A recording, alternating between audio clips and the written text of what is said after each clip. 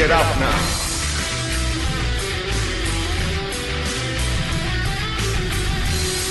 I want all of you to get up out of your chairs. I want you to get up right now and go to the window, open it, and stick your head out and yell, I'm as mad as hell, and I'm not going to take this anymore! Hello and good evening, everybody. It's Dave Matthews here with Personal Navigation. It is July the 11th, 2013. Just want to give the phone number out if anybody wants to call in. They can Skype in on Bob's Backyard. We'd love to hear your thoughts, any additions you have, etc. Or if you're a lawyer and you want to ring in and say that we're completely wrong about what we're talking about, I'd very much like to talk to you. I want to get a lawyer on here. If there are any lawyers out here, ring in. So you can also phone in on 0161 298 0298. That's 0161 298 0298. And if you're calling from outside the UK, you want to be dialing +44 161 298 0298. It's been a very interesting week this week. I've been doing a lot of thinking about the lioness who was on the show last week and doing some sort of research into that. Very excited about that. I just want to do a bit more on it before I, touch back on the subject. And I was hoping to get Sarah back on the show. I asked her if she could make it tonight, but I don't think she can. Just to sort of go through how to do the, a correct legal argument, using their own rules as such. So hopefully next week we can get the lioness back on and, start to do like a week by week learning process, if you like. So this week I just want to talk a little bit sort of slightly off subject, but I just want to go back to how I originally came to do this radio show. A guy called Mark Mann was covering for the Darkcity. He was covering a pig push done by Chunky Mark, who we've probably all seen and heard. Chunky Mark just tells the truth every day, and it is freaking hilarious. But we went up to London. Just stop it! Stop doing that! That is the man himself. But we went up there. I spent the day, and I got talking to Mark Mann. And there were two ladies up there. And I'd been into this sort of law stuff for a good while, and there were two ladies who'd made the trip up. I guess they joined sort of after the first quarter of a mile. When we first got there, out of all of the followers and people that watched the guy on YouTube and, people saying, we'll be there, Mark, to support you, there was actually 4 of us at the start, or 5 of us, I think, which was very, very sad. Anyway, these two ladies joined us, and I got sort of talking to them, through the day as we were walking along quite slowly as he was pushing his pig. And I just want to say, like, these two ladies sort of inspired me really to become more public. The one of the sisters, I'm not allowed to say their name, otherwise I would, but one of the sisters. She'd suffered an injustice to do with insurance on a car. And I guess that, it comes back to what I say, that everybody's got to have a tipping point where all of a sudden they stand back and look and kind of wake up to what's going on around them. And then as soon as you start looking, it's like, it just starts snowballing. So I got chatting to them. But the other sister, if you could ever see inspiration, she has, been to hell and back with regards to health and operations. And if anybody would have had an excuse not to be there, it would have been this lady. Yet she was there, and she did the walk. And it's people like that that inspire me to do what I do. And as a follow-on of that, Mark put me in contact with Paul. Paul absolutely blows my mind every time I talk to him. I don't need to blow sunshine up his ass because he's got enough sunshine shining out of his ass anyway. But Paul is, such a character, and he sort of helps me every week I fight with myself before I come on the radio show. I don't, I don't like it. It frightens me, and I think I'm useless and blah blah blah blah. And Paul does help get me on the radio show every week, and I come on, and so there's things happening all around us, and then we get sort of crises of faith, and you start to think, this just isn't helping. This just isn't helping. And I just want to, say that we had two visitors out of the blue I say out of the blue. We knew they were coming, but we didn't know who they were. One of them was coming for a workshop with my partner to do with art. And they came, and I just happened to come in to have lunch, and they started talking about hemp oil. And I was like, oh. And then they started talking about aliens and pyramids and the Illuminati and Zeitgeist and all of this other stuff. And out of the blue, you've got an 18 and a 21-year-old who are highly educated. They're very, very educated on an academic level. But to see these people, to speak to these people, was absolutely incredible for me. I was absolutely gobsmacked. And then you start to share information. You start to talk about, the stuff that and then I started to touch on the law stuff with them, and they were gobsmacked with that, and they're going to go out and look at that. But I just sort of stood back and thought to myself, it's not going to be me on this radio show week after week ranting about how unjust everything is and how, we have to stand up for our rights and fight for our rights and blah, blah, blah, blah, blah. It's going to be the people like these two people who just appeared here purely by a chance email sent to my partner, that these are the people who are going to save this planet from the craziness that's going on. Not me ranting and shouting and screaming. I'll help people. I'll help anybody. You all know that. I'll do my level best to help anybody.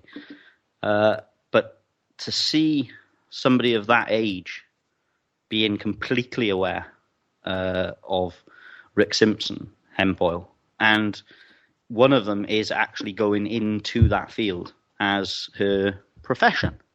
That's the field she's going in, but she's not going to go into it and be railroaded into being told, this is the way that we treat cancer, and this is the only way we treat cancer. And I know I'm getting off my subject matter, but I don't care. Like, I'm really passionate about the Rick Simpson stuff, and I really haven't done enough and helped enough with the that aspect of the Darkcity radio. So hopefully you'll all put up with me ranting on about it. But when she goes to college and a lecturer tells us, this is the way we treat cancer, we've done it this way for 100 years, and blah, blah, blah, blah, blah, blah, blah, blah, blah, blah, she's not going to be mesmerized. She's not going to be in awe of this lecturer that's standing there telling her, we've been doing it this way for 100 years.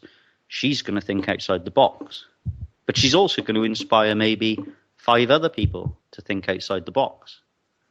And all of us on the Darkcity at the same time doing something about it, spreading the word.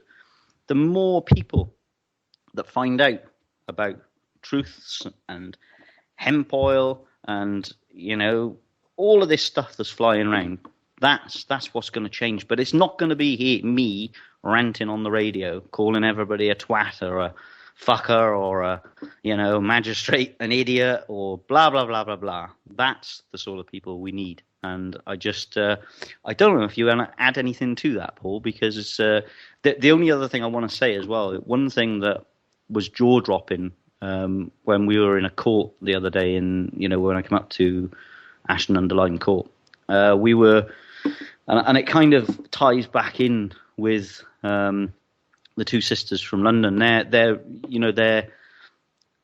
supplying me an awful lot of information, and so sometimes I'm really, really tired, but I always read the information, and sometimes I don't get back to them as quick as I should. But they're always sort of letting me know what's going on with the government and what latest plans are being hatched against us and such like. But Paul turned round, excuse me, when we were stood in Ashton-under-Lyne in the courtroom, he just said, it's a simple question. And I pricked my ears. He said, do the government lie? Well, the simple answer to that is yes, the government lie. The government lie. What is, I think Chunky Mark says, only when their fucking mouths are moving. That's exactly what he says. But they do lie. So if we know the government lie, why give any more energy to them? We need to start putting all our energy, if all of Brian Gerish's followers and, Dean Clifford's followers, they are all, I would imagine they're already on it, and the likes of the John Harris followers and the Guy Taylor followers. If we all put our heads together and divest from the system and give energy to a new system, remember, we created the system. We've only got ourselves to blame. We are the ones that acquiesced into that system. We let it happen. We are, every single person who's listening or out shopping or sucking on Mr. Tesco's titty, as Chunky Mark would say, everybody, we all did it to ourselves. I think they even use that analogy in V for Vendetta. We just didn't see it coming. But we know, we are completely and utterly clear that government lie. And Paul, his brain thinks, 25, 50 times faster than my brain can even begin to think. But he said, the government lie. Well, yes. Okay. Fair enough. Why worry about them anymore? Take yourself out of the system. It is possible to do. You don't have to have a bank account. There's no law that compels you to be part of the system. There's no law that compels you to be a citizen. There isn't one. Or a member of a society. There is no law. Okay? There's no law that requires you to have a birth certificate. There isn't one. And I hear people all the time, and I tear my hair out, and I know kind of what they mean, and they don't necessarily. I don't think they they have a full understanding from a law point of view what they're saying. But everybody keeps, we need to legalize cannabis. We need to legalize cannabis. We need to it's already a right. It's all what we need to do is reassert our rights. Okay, because legalization comes conditions. If they legalize it, they regulate it. They make money out of it. They attach conditions. You can only grow a plant 3.2 inches high, and it has to be a certain shade of green. Otherwise, we're going to bend you over and shag you up the ass or something like that. And excuse my French, but, that's a kind of I'm being a little bit sarcastic there. But we all we need to do is reaffirm our rights, and we can do this by coming out of the system. Why worry about what government are doing? We don't need to worry about what they're doing. They let them go and regulate themselves until the cows come home. But there's no, like I say, there's no law that requires you to be part of that system. Sure, there are stumbling blocks. If you want to drive around in a car, there are certain things that you have to do if you want to live trouble-free. But we do see now that remedies are coming. Remedies are starting to exist. People are starting to succeed. We heard last week Sarah Lioness, 10 out of 10 Supreme or High Court cases. She's taken 10 cases there, and she's won 10 of them.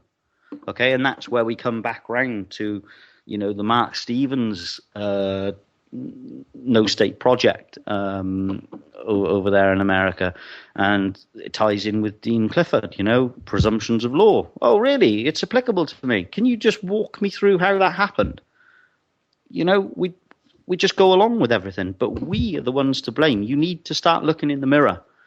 When you go to bed, before you go to bed tonight, I can't do it, I'm way too ugly. But before you go to bed tonight, have a look in the mirror. You want somebody to blame, it's the person that's staring back at you in the mirror. That's who's to blame. That's why we're in this mess. We've let it happen. We created it for a start. We created government. Man created it. Then man just agrees with everything that they do. They piss and whinge about it. Or, for instance, I went down to Chunky Mark's protest, and protest is a form of agreement.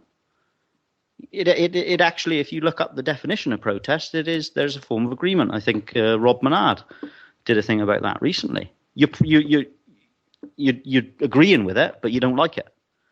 Well, don't do it. Come out of the system. And I don't know. Do you want to add to that, Paul? Yeah, you put me on the spot a little bit there, Dave. I jumped in on you, didn't I? Yeah. That's all right. But the do government lie. Do government lie. That was the most important thing you ever said to me. And it was so simple. Who doesn't lie? It's a power question. Yeah. It's a power question. It's not really a question. I know the answer anyway. It's like saying to someone, are you racist or are you just angry? Well, what are you going to pick? So they do lie, man. I mean, they do lie, but as Chunky Mark says, only when the mouth's moving. So that's not actually, it's not actually quite true. It's not actually quite true. It's a very good analogy, but I mean, my local councillors, especially here in Ashton-under-Lyne, they talk out of their arse all the time, Dave. I think that's where they're mostly fitted with the mouth. Well, yeah. I mean, like I say, I can't see the mouth moving, but I can smell the shit when they start to talk. There's no doubt about it. So, and I think a lot of the time it throws us off. It throws us off. We generally think everybody's like we are. Like you are. You kind of have an outward look at the world based upon your own personality, your own situation, your own upbringing and so forth. So when you come across these lying, cheating, thieving scum, you don't actually expect them. You just don't. We don't expect it, man. That's why we keep doing it. You think, no, they won't do it again. And they're sat there. I can just imagine, man.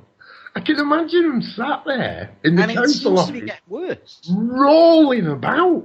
I really can. I can just. We've got to be the biggest joke on earth, haven't we? We've got to be. And I'm not being.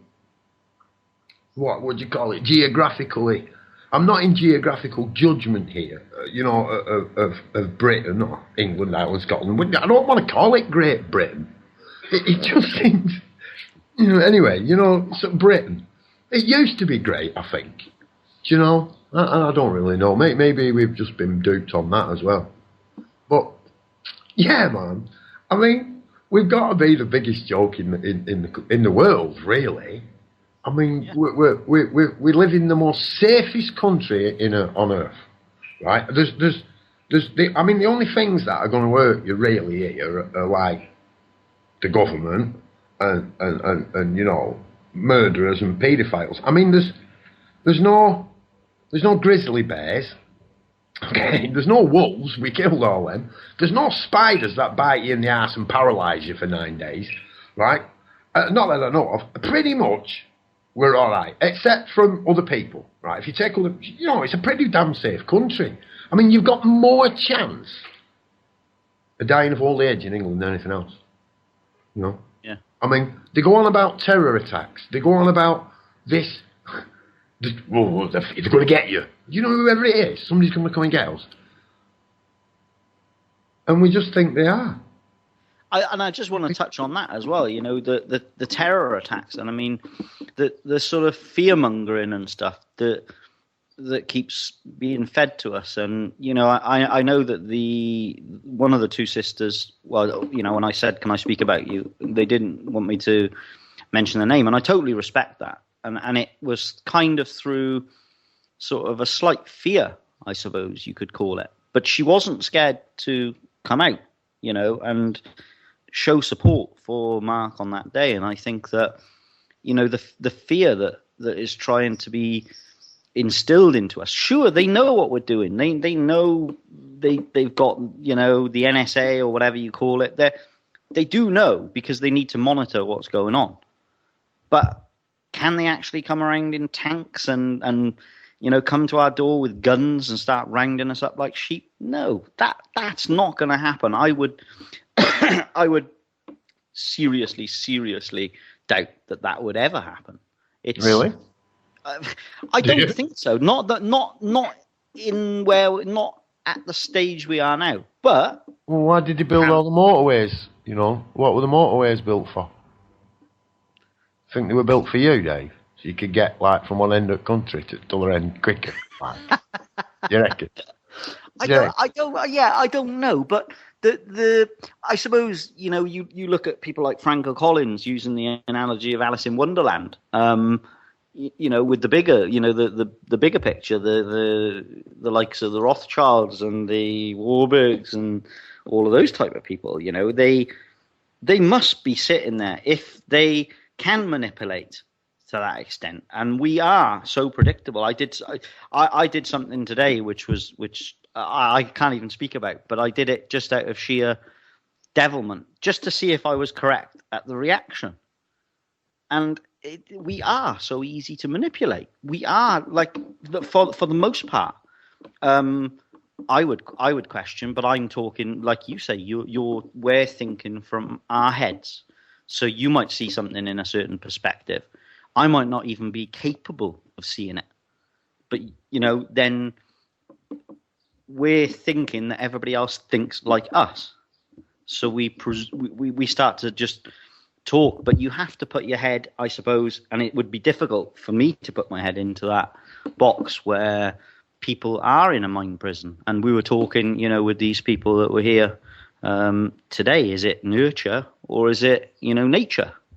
And I think, they came to the conclusion, bit of nature, bit of nurture. Is it how we're brought up? But then I look at me. My father did everything he could to, make sure that I was a good citizen. But later on in life, once he knew that I was like I was, he used to chuckle about it. He used to actually find it funny. Have you joined yet? Have you joined the system? What? Why would I do that? Of course I haven't, And even, I don't know, a few years ago when we had the national, what was it, the census, it was laughable. Who would fill one of those out? Who would actually fill a set? If you don't fill this out, you're going to get fined £1,000. Oh, really? Good luck with that. They came to my door, Dave. Pardon? They came to my door and asked me I bet they were mesmerised. No, I just opened the door. I look, one eye up in the air, and my right eye, and my left eye down at the floor. Put my lip out of the left-hand corner of my mouth, and I went, "It's not my responsibility." and they left. That was it.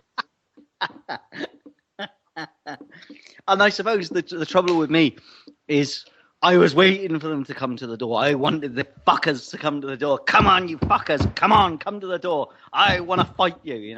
Like I suppose I want the conflict. I want to try and but I'm learning from you that if you don't try and create a massive conflict, it's even more fun. Because you don't have to, man. They're already in conflict. You just have to turn up. You just have to turn up. Oh, kicks off. I kind of. Are you a Christian, Dave? I mean, you don't have to answer it. It's a bit of a personal question. Well, I suppose I'm. I've been brought up a Christian, but so you have to keep forgiving them. I don't know. Well, no. You have to keep forgiving them. You see, in that paradigm of you have to keep forgiving them. So, to me, that goes a long way. To saying, why do we keep doing it again? Well, we can forgive them.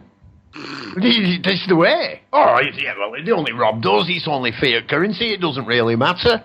Let's all go and work for 48 hours a week again for less than minimum wage. Come on, everybody. Hey, we'll forgive them. What did you say a week? 48 hours? Oh, I'm doing that a day. Well, no, you get my point, bro. You get my point. I know. Yeah, yeah. So if you are a Christian, right, and you're out there, then debt's against your law. You can't have debt, no. So the actual government who's trying to kind of make out that they're following the church, well, if you check the Christian church, Christians don't borrow or lend. They don't borrow or lend. So, although I'm Is not... that where the saying, never a lender or borrower be comes from? I'm not sure, man. I do know that if you go... Because I'm not as learned as a lot of people. I hop, skip, and I jump, me, Dave. You know what I mean? It's like, oh, I'm here. Hey, oh, I'm over here now. If you need to fill in between the dots, you have to get on DuckGoGo, or GoGoDuck, is it called? Am I getting it right way around? And have a look. You'll find out. Research it on the internet. So yeah, what kind of basically happened? Early Christians, correct me there, listeners, please ring in and put me right. Feel free to do that. They couldn't have borrowing or lending. They couldn't have banks. So what the Christians did, they went to the Jewish people and said, "Will you lend us money?" And they went, "Yeah, sure." And other Christians went to the Jewish people and said, "Will you look after our money or our wealth? Whatever." And they went, "Yeah, sure, we will." So what the Jewish banking people did way back is they provided the Christians who didn't want to live under Christian law, who said they were Christians, a way out. Yeah? Basically, if we're both Christians and you ain't got any money, I've got loads of money and I'm not a real Christian, I go and give it to the Jewish man, he lends it to you and makes me money. And the Jewish man is the banker. Well, he kind of gets victimised because the two Christians couldn't be honest about being Christians, you see. So he's getting played. You can see that there's many good people who are like, well, hang on a minute, I don't borrow or lend. If my friend's in need and I've got it, I'll give it them. Well, yeah, you'd be a real Christian. The others are fucking imposters. They tell you shit. They say to you, "Ooh, I am this, and I'm going to look after you and make it all right." I tell you what, right? If that were double glazing round on your 2 up, 2 down, I'm telling you, you'd be in the court with them. You'd be like, "Hang on a minute, they've put the windows. There's no glass. I didn't get no glass with me job." It's like, oh, it didn't say glass. It's cardboard. It didn't say you were getting any glass. What are you talking about? It says window frames. It's like, hang on a minute, I ordered double glazing. Well, if you get the glass, it'll fit. You're just not going to get away with it, It wouldn't happen. But hey. And I suppose that's what I'm sort of saying to people now, when I'm talking about the National Health Service and I'm talking about, the sick and the vulnerable people being forced onto workfare or sent to the food bank. Okay, when we created the system, and remember, we created it, it's our fault, okay? We paid into the system, or we were led to believe that we would be looked after, or that our fellow citizens would be looked after. We were told that, we were promised that, okay? So does that answer your question? Did government lie? Well, yes, they took money off us on the understanding that when we were sick or vulnerable, or we had to drag ourselves along with one finger because none of our other body parts would work, that we would be looked after. We wouldn't have to worry. And then you've got people like Stephanie Bottrell chucking herself under a lorry because the government were harassing her. I mean, what would have happened if Stephanie Bottrell was listening to Sarah Lioness last week? They made the legal determination. The council made the legal determination that is the lowest amount of money you are required to live. And then they send you a bill. So they've made a legal determination. And I mean, would Stephanie Bottrell have chucked herself under a lorry? I don't know. But we are trying to help people like that. This country has gone to hell on a handcart, and we're all responsible. But because it doesn't affect the guy in his £20,000 BMW who travels a foot behind you on the motorway because he wants to get to the next junction and wait there for 2 minutes until the lights change and you come up to him and look at him through the window like he's mad. That guy, he's not going to care about Stephanie Bottrell. He doesn't give a fiddler's fuck about Stephanie Bottrell. And I do, because this government made us these promises. And I'm not saying go out and riot. I think that's totally the wrong thing. And I don't think that, like I say, protesting is also a waste of time. Get your energy into making people aware. Tell people you're going to fall out with people. I've fallen out with people. But if they are not part of the solution, they're part of the problem. If you just ask them that one question, that one thing that Paul said that day, just ask them that question, Do you think the government lie? They're not even going to have to think about it. Yes, the government lie. Would you like to do something about it? Oh, Dave, can I just interject there, man? That Yeah. You're just slightly off, right? Don't Yeah. ever ask them if they think. Okay. Okay, you're not. Do the government lie? That's it. Do the government lie? Does the government lie? Yeah. You see, direct question. Well, So is that the neuro-linguistic programming? Well, but, it's body language, really. You get into a certain point. It's 50-50, as most people might grasp already. But you can, and there was a kind of a famous, like a proving ground for this. You're giving a lecture, and the guy who's actually speaking in the lecture, and you can see them. They've got normal, little. They're just sat there on a stage on chairs, and the guy who's doing the speaking sat in a blue chair. He gets out of the blue chair and starts to speak to everybody. Blah, blah, blah, blah, blah. Then they all break for tea, biscuits. And they put everybody in the room who's having tea and biscuits. And all around the room, there's alternate coloured chairs. Different colours. Yellow, red, blue, black, grey. Them plastic chairs. Nothing special. And people will actually... Some of them will go and sit in the blue chairs. You recognise, you keep your eye on them, mark down all the people who sit in the blue chairs and take them all back. And do it again. Change the colour. And slowly but surely you'll whittle it right down to the people who are actually paying attention. They're actually listening to what you say. They're on with you. They're not against you. And they don't even know they're doing it. They don't even know they're doing it. It's used in police interrogation techniques. The old... The psyops, the idea they pick on certain things. They're actually watching for your reaction. That's what they're trained to do it. Watch for your reaction to see how you go. And the deeper you get into this, the more they're looking for how you react to what they're saying. Okay? How you react to what they're saying. Now, can you think of anything else that actually works specifically on your reaction to what's being spoken?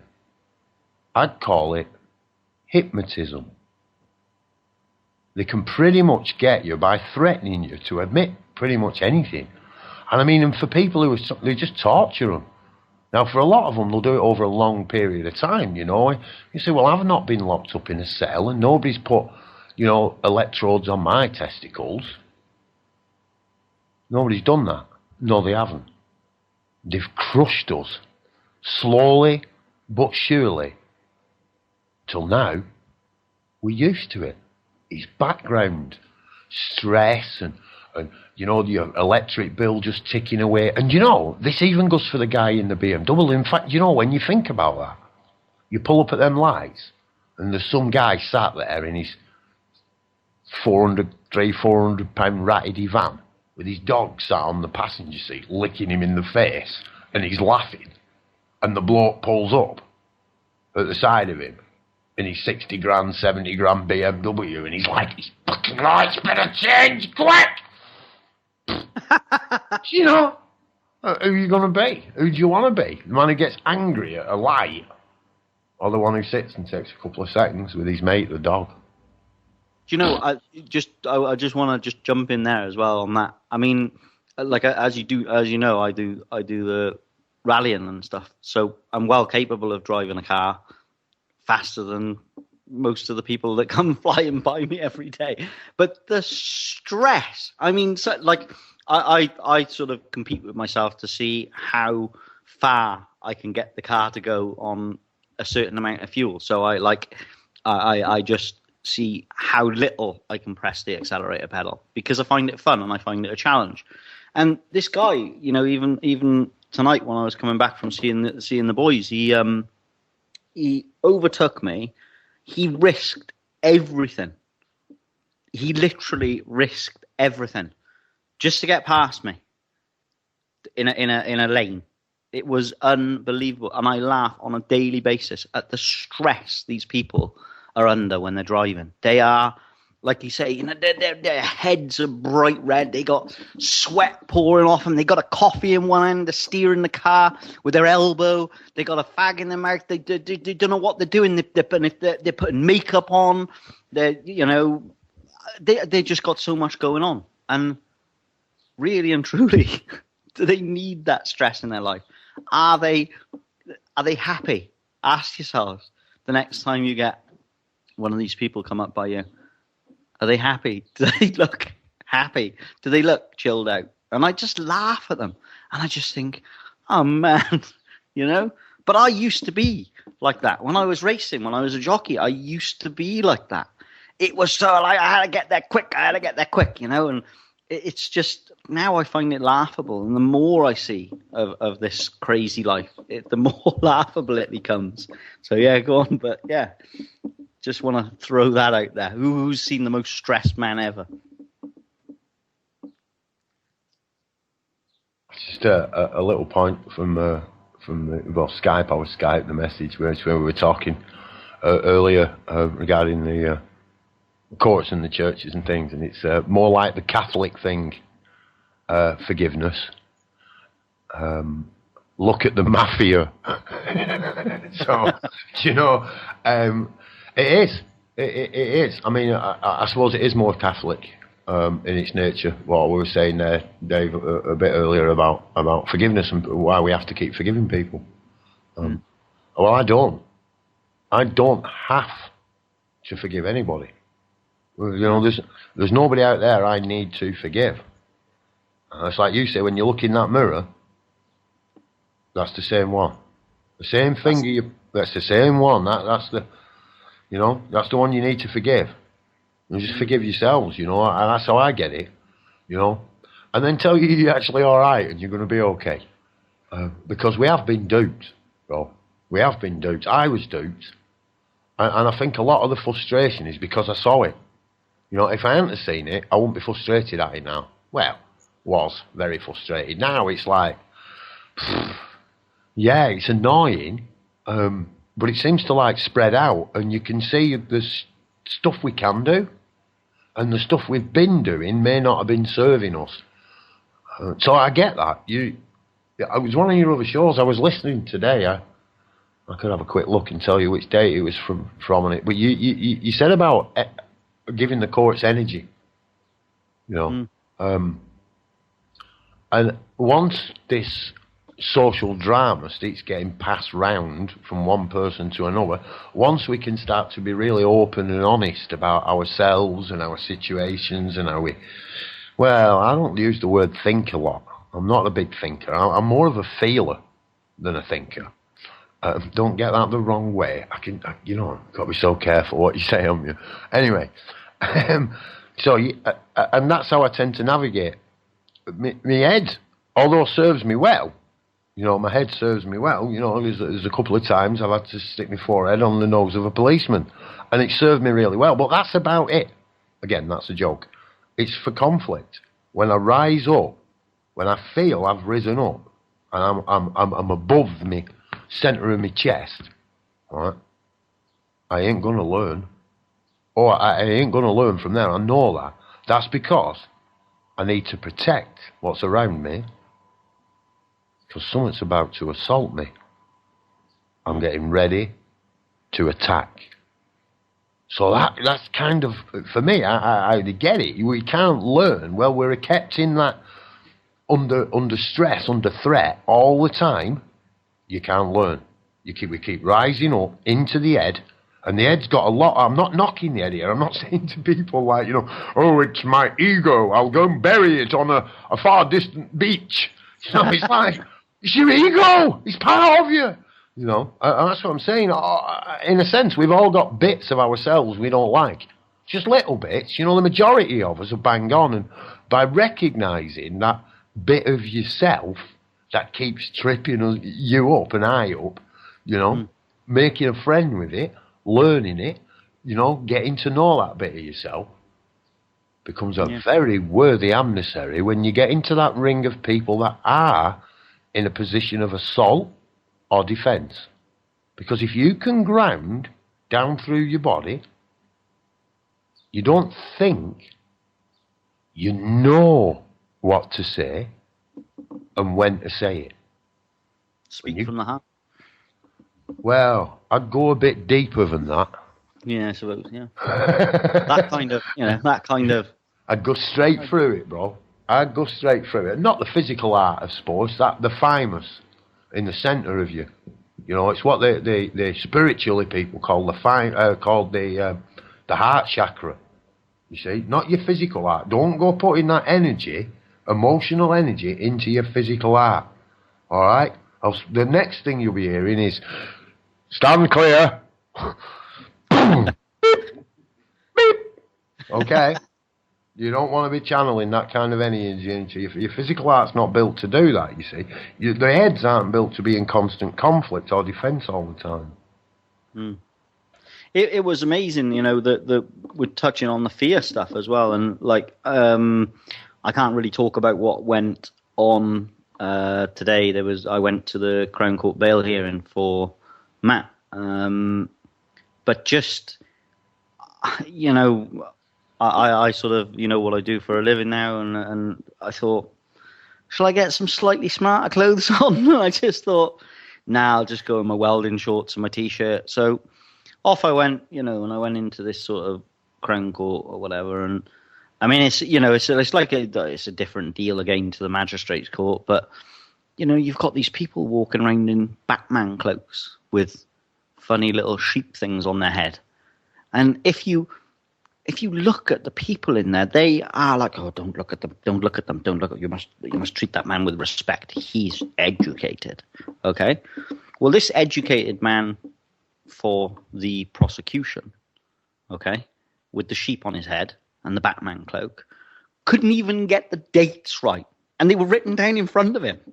That's an educated man. And you talk about the fear, the lawyer who'd instructed the QC there, you know, she was in there. I don't even know what she was doing in there. I don't know what their function is when they get into that venue. Probably the prettiest lawyer I've ever seen in my life, but she won't look me in the eye. And every time I speak to her, she's trying to justify her actions. And I'm not asking her to justify her actions. So I'm kind of enjoying playing about with her a little bit. And I suppose it comes back to that reading people and watching for their reaction. So, you know, today, when the hearing had finished, she sort of turned around to me. I was in the public gallery. She turned around to me and she was, you know, looking at me with absolute fear in her eyes, like as if I shouldn't walk at a certain speed. And today, when the hearing had finished. Hello. What was that? Something just happened. It's okay. It's all right. We had a caller, but he had his radio player on there. That's all it was. Oh, okay, no problem. He'll call back in. I'm sure. Okay, cool. But yeah, and it was interesting to see the fear on this woman's face. So, and afterward, and I'm trying to make eye contact with her, and she will not look me in the eye. So, and I'm like, and I'm kind of smiling. Do you think that went well? And it went very badly. And, you know, they're trying to make this sort of ridiculous argument. I can't give details of the argument, but the argument that they're trying to make has already been determined. It seems to me a pointless argument, and it seems to be, and this is only my opinion, it seems to me to be a waste of taxpayers' money to try and make that argument. And these same educated people that all of these, you know, poor people in these courts fear, these same educated people had a bail application hearing 3 days ago for exactly the same application. And they got there and they were told by the judge that you can't make this application today because the bail date isn't due. Well, they're Queen's Counsel. These aren't idiots. These are not supposed to be idiots. These are supposed to be educated Queen's Counsel. They have got that sheep's wig on their head for a reason. They've got that Batman cloak on for a reason. They are supposed to be educated. Yet they had a hearing. Why did they have that hearing? If they are educated and they know their job, okay, if I go out to map a rally car, I know what I'm doing. I know what I'm doing. They should know what they're doing. And yet we all fear them because we think that they're so above us. We think that they're so clever. They're not always clever. They're not always clever. And I want I want a lawyer to come onto the show, and I want them to tell us where we're going wrong or what presumptions we're wrong about. Do you want to, iCaller, do you want to speak? Yes, can you hear me? Yeah, you're a bit loud. Yeah, I have radio on the speaker. I'm going to have to call you back. Yeah, you need to turn your microphone down. You're incredibly loud. Oh, is it? Yeah. Oh, how is this? More. Yeah. Do you have a... Well, no, you're really loud, man. Really. Sorry on that one. Okay, Look, if you're going to ring back in, it's really cool, right? Because it explains to other people as well, right? So it's all good. Echo, if you look on your Skype list, you've got Echo Sound Tester. If you ring that, it'll set your audio up in about 30 seconds. Okay. Oh, that's tons better. Oh, he got it then, didn't he? And then we lost. Yeah. Never mind, I'm sure he'll be back. He's a real nice guy. Yeah, we'd like to hear from him. Yeah. But yeah, I was just... I was just saying about that, the fear factor, and it was almost like I was sitting there, and it was like I was sitting in a freaking dream or something, and he was appearing on video link, and I was just looking around the room, and these are the people that are in this environment every day. Like I say, the lawyer is in this environment every day. She was looking at me like as if she was about to shit herself, and I was thinking, what are you so scared of? They're just people. They are just people. Take all of that crap off them. They're just people. And you try smiling at one of them. That was, I did that. And again, we go back to what Paul's saying about reading people and looking at people's reactions. You smile at one of them, they nearly fall over. They can't. They don't know what to do when you don't look at them in this sort of light. And I don't know. I wish I could give my lack of fear to people. I really do wish that I could do that. So I don't know if you want to add to that, but it's I don't know. It's crazy the fear that they've got us in, and it must be comedy for the people who are architecting us. It must be bloody comical because for the most part we're like sheep. We really are. We're so easily manipulated. It's crazy. I don't know. Hello, Paul. Yes, hello. Yeah, is that better? Yeah, you're a little loud, but yeah, that's... I'm still loud? Okay. Very strong, yeah. All right, so... That's good. That's good. Is it okay now? Yep. Yeah. Good. I have a question to Bob, if it's okay.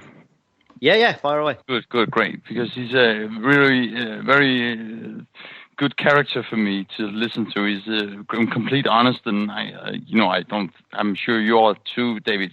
But Bob is a magnificent person, I think, because it's very authentic, and I like his attitude. Your attitude, Bob. You're listening, I hope.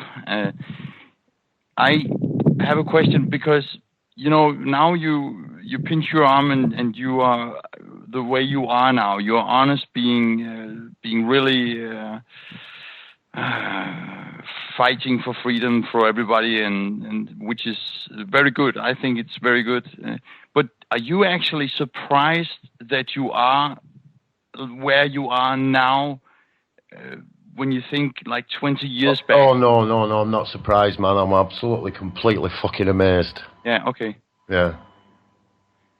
I am. Because that's why I separate people sometimes in this issue we're talking about all the time, fighting the world order system and stuff like that. Because fighting, I always felt this somehow in my life, so when I look at it now, I'm not completely surprised at all that where if I am where you are now, Bob. You know what I mean? Do you know? No, not really, bro. I don't really. Okay, well, the thing is, we are born differently, supposedly because people, some people you cannot explain these things of this craziness in the world? What's going on? Yeah, let me help out a bit then. I think I got it now, bro. Look, there's one thing I know for certain, right? We are actually all born the same. Okay. Right. All right. And we all die pretty much the same as well. It's the grey area in between we have issues with. Between those 2 points. And I suppose I'm fortunate enough, me, that I've lost it all. And then I got it all back. And then I lost it. And then I've had something else what I thought were more important than the thing that I'd lost. And I thought it was better. And each of those times, and I'm sure we've all kind of gone through those scenarios in one way or another. And it really is. For me, well, my prophet is Bill Hicks. That's my prophet. A man who spoke about things way before our time. But if you listen to what Bill Hicks is saying, it sounds like he's talking about the generation after him. After him. When he talks about Bush, he's talking about Father Bush, not Son Bush. And he's still got it right. I mean, when you listen to him, he's still bang on. And also a guy who actually prophesied his own death and how he would die. All in jest. All in jest. But when you look behind that, a very, very disturbed, troubled man. Very troubled man. Okay. Yeah? You know, he had problems with alcohol. He had issues with his wife. He was really misunderstood. It's funny because I saw a video clip of him the other day when he was talking about life is just a riot, you know.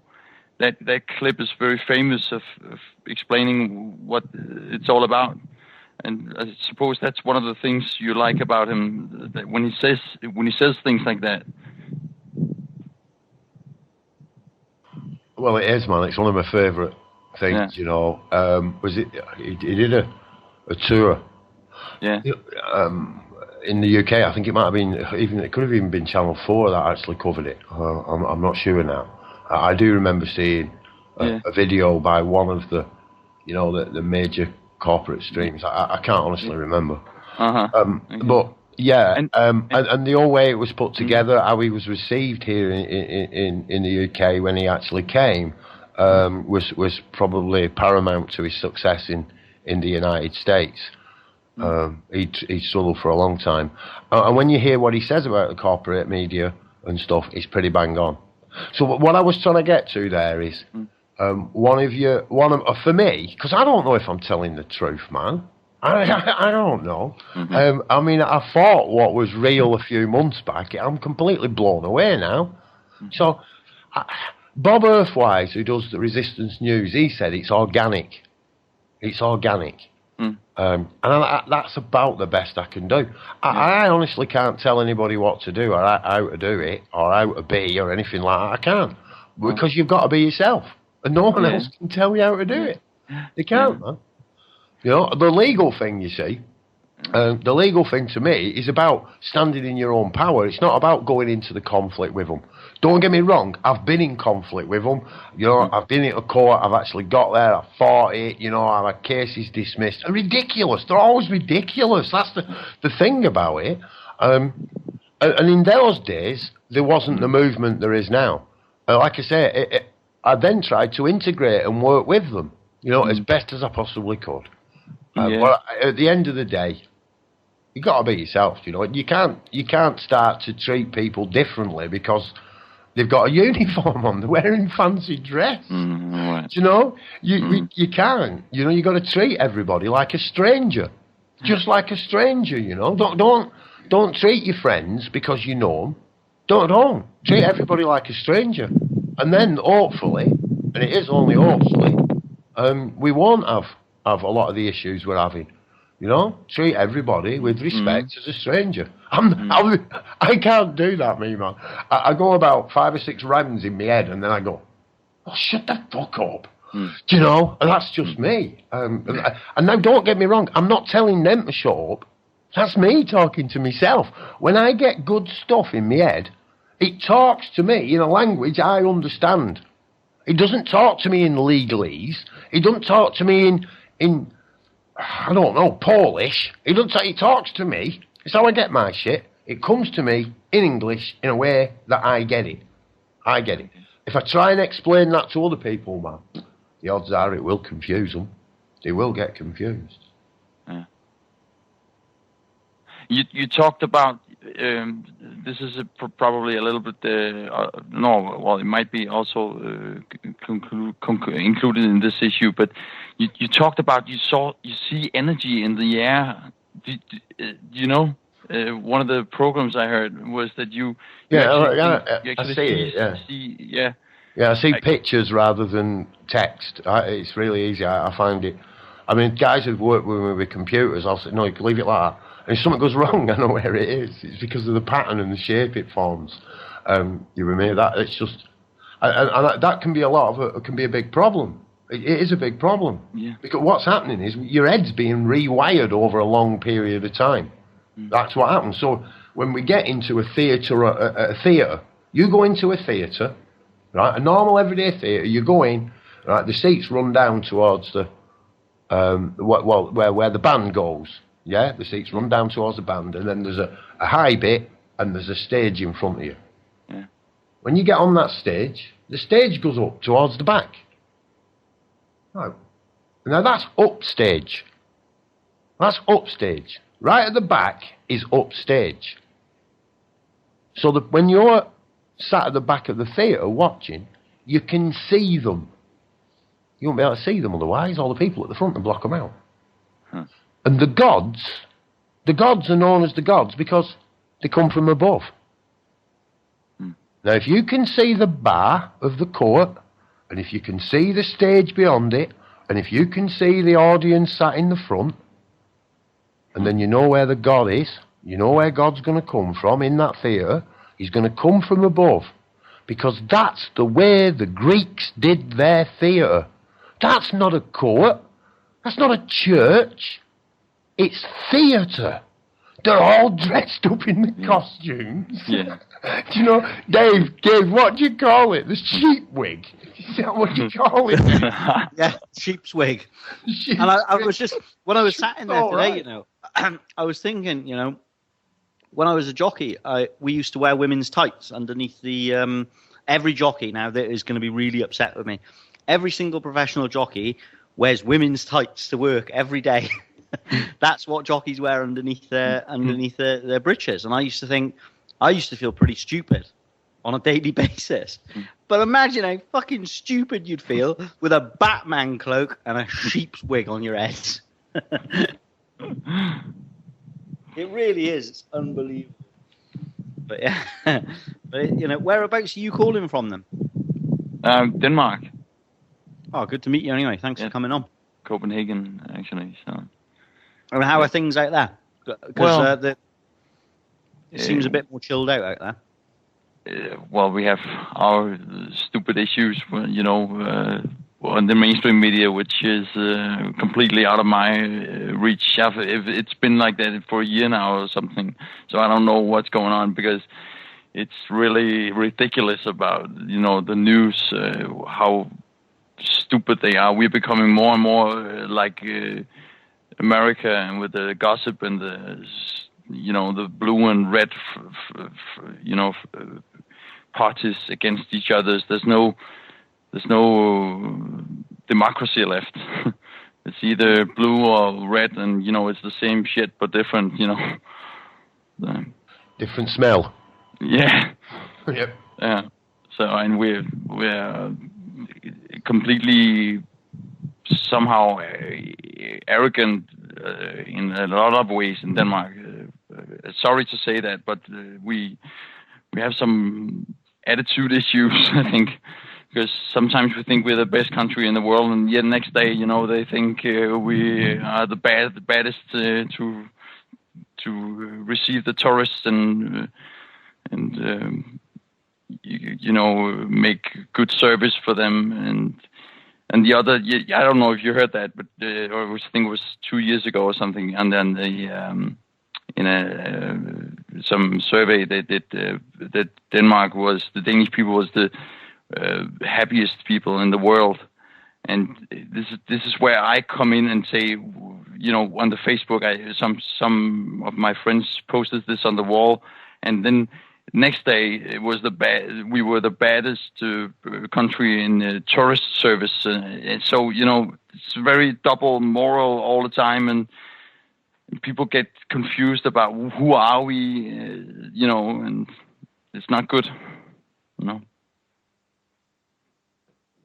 So is the media, like from that, then the media is kind of gaining momentum there. People are starting to watch the God in the corner of the room, as they say, I suppose, like believing everything that the media are saying, and yes. That's kind of getting worse. And yes, as we are a lot of.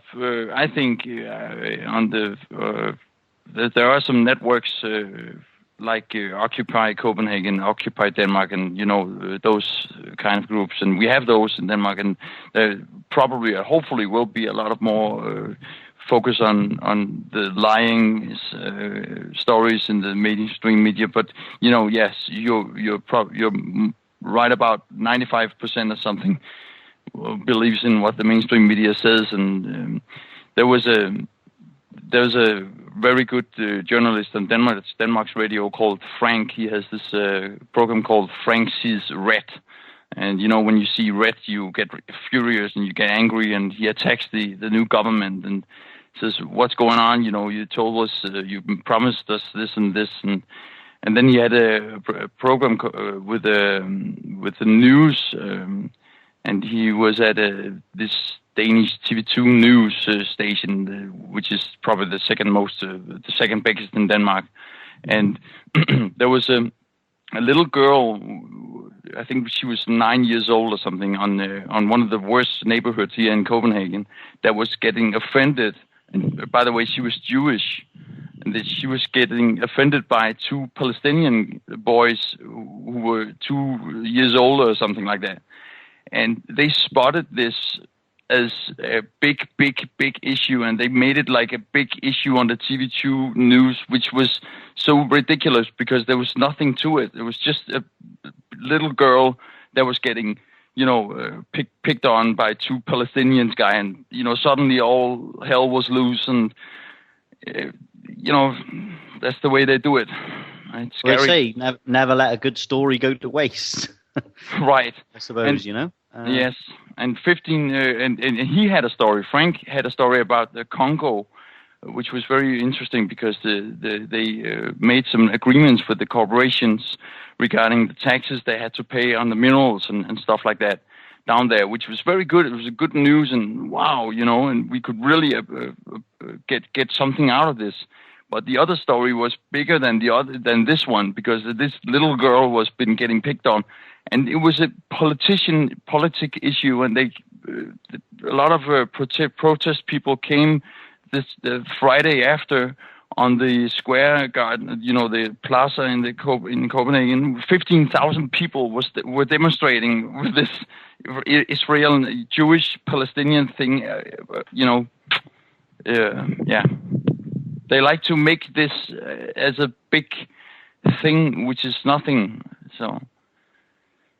Yeah, and it is. And they do jump on it. It's.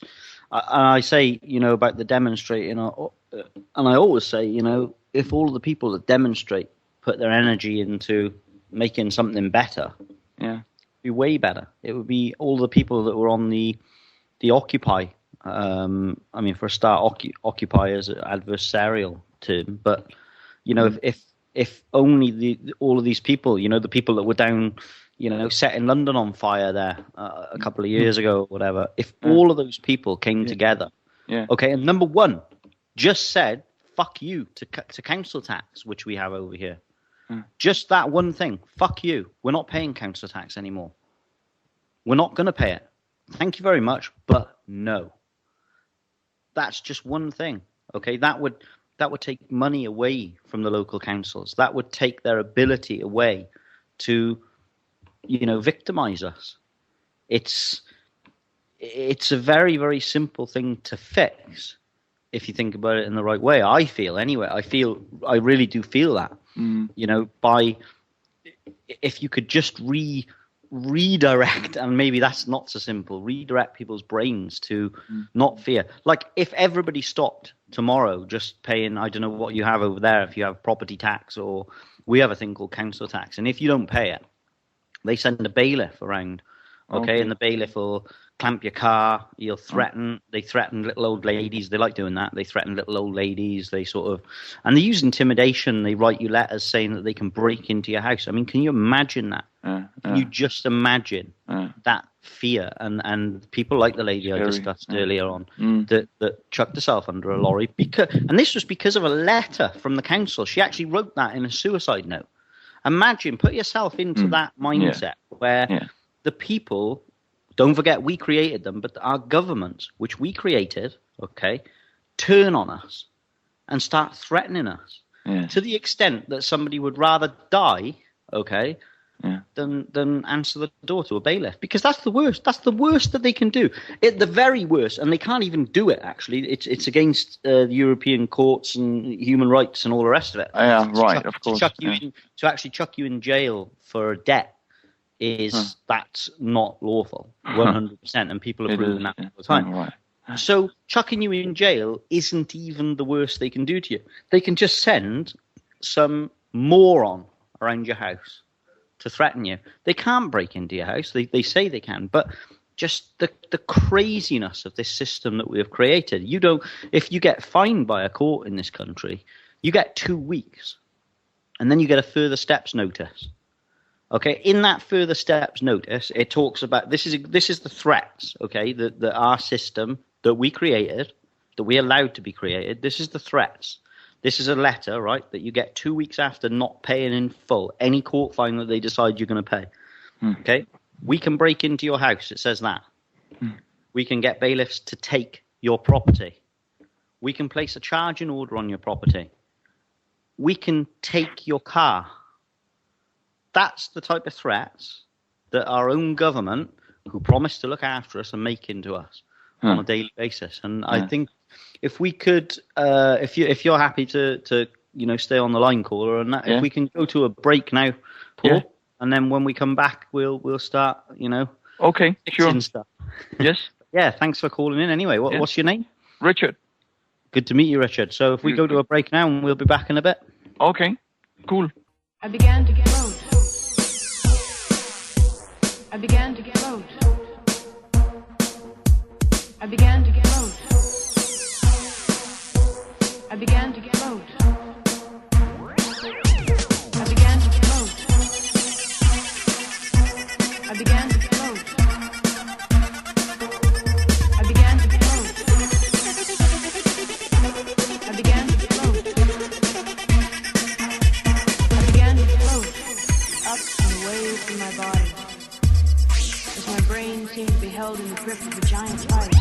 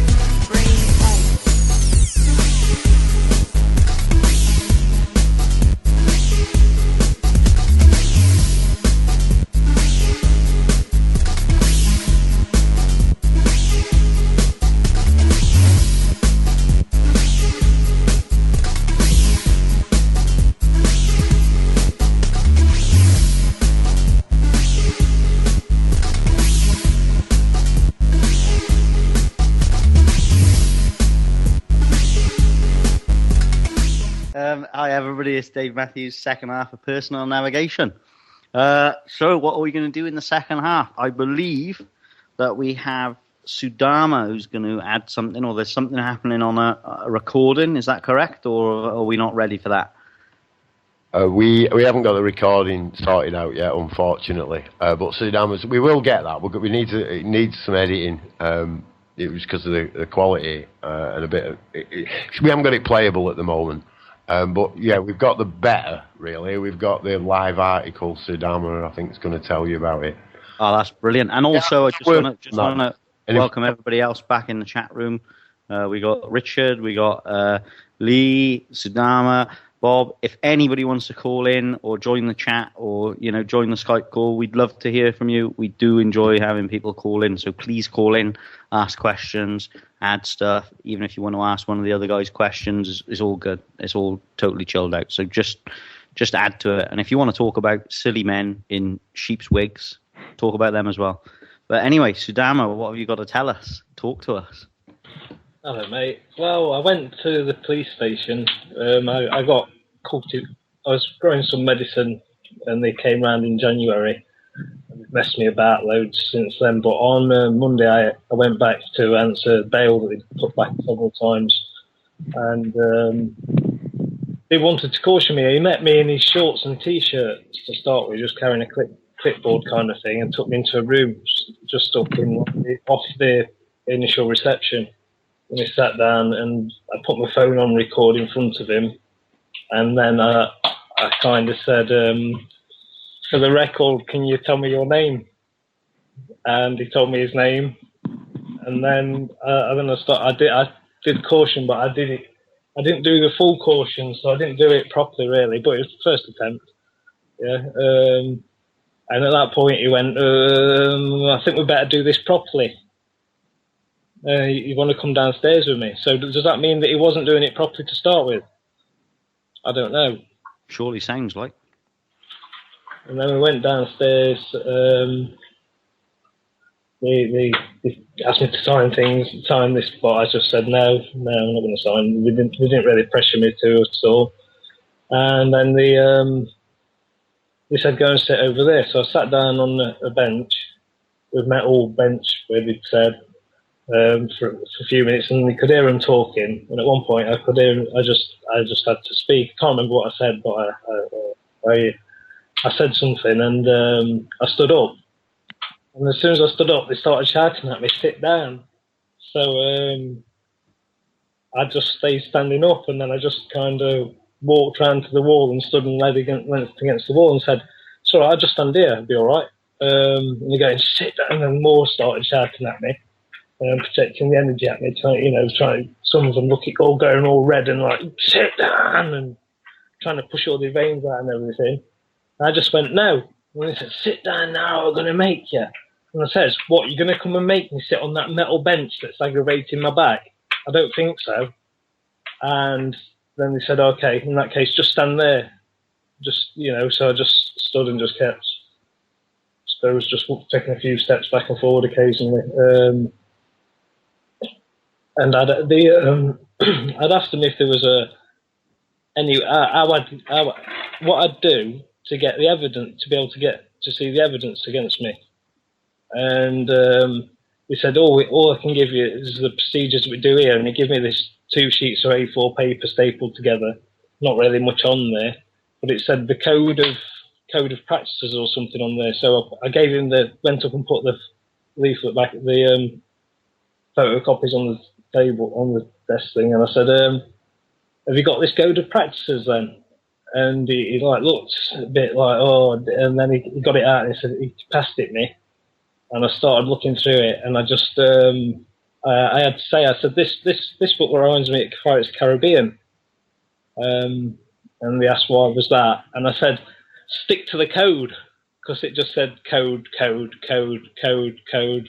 or just this code, and it's just like stick to the code.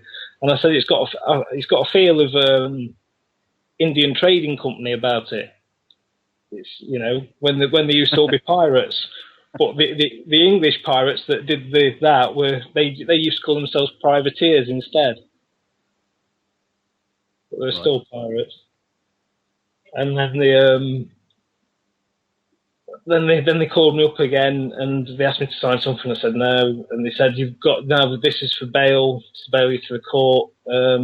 If you don't sign this, we're going to put you in the cells. So I said, is that a threat? And he's like, well, I think it says something like, is that a threat? Are you bullying me? And he's like, no. I says, well, it seems like it is to me. You know, you sign this, or we're going to put you in a cell. And it's threat, bullying. And then at this time there's like about 6 coppers standing all around me in like a semicircle. And it's like one kept trying to pass me the pen, but I didn't take it off him. Then they just pushed me thumbprint at the middle of the screen, and I went, "Was that all right?"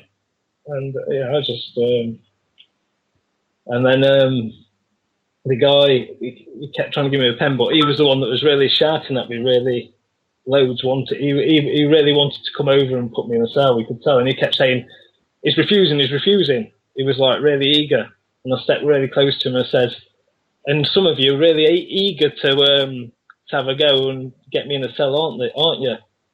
As if we can't feel people's energies. It's silly. And then I got it, and I signed it, Rev S Everest, and I was under that much duress. I signed it with prejudice, or under prejudice instead of under duress. So and then I just got escorted. They wanted me out of there quite quick, so they didn't want to listen to anymore, and that was it. And then I phoned up the next day and said, "What about my phone?" Because I just realised they'd never said anything about my phone. And he said, "Oh, I'll get that for you," and went down today and got my phone back. Standing there smoking, vaping, with an e-cig inside the reception. Nothing said to me. Bit of good Sativex in there.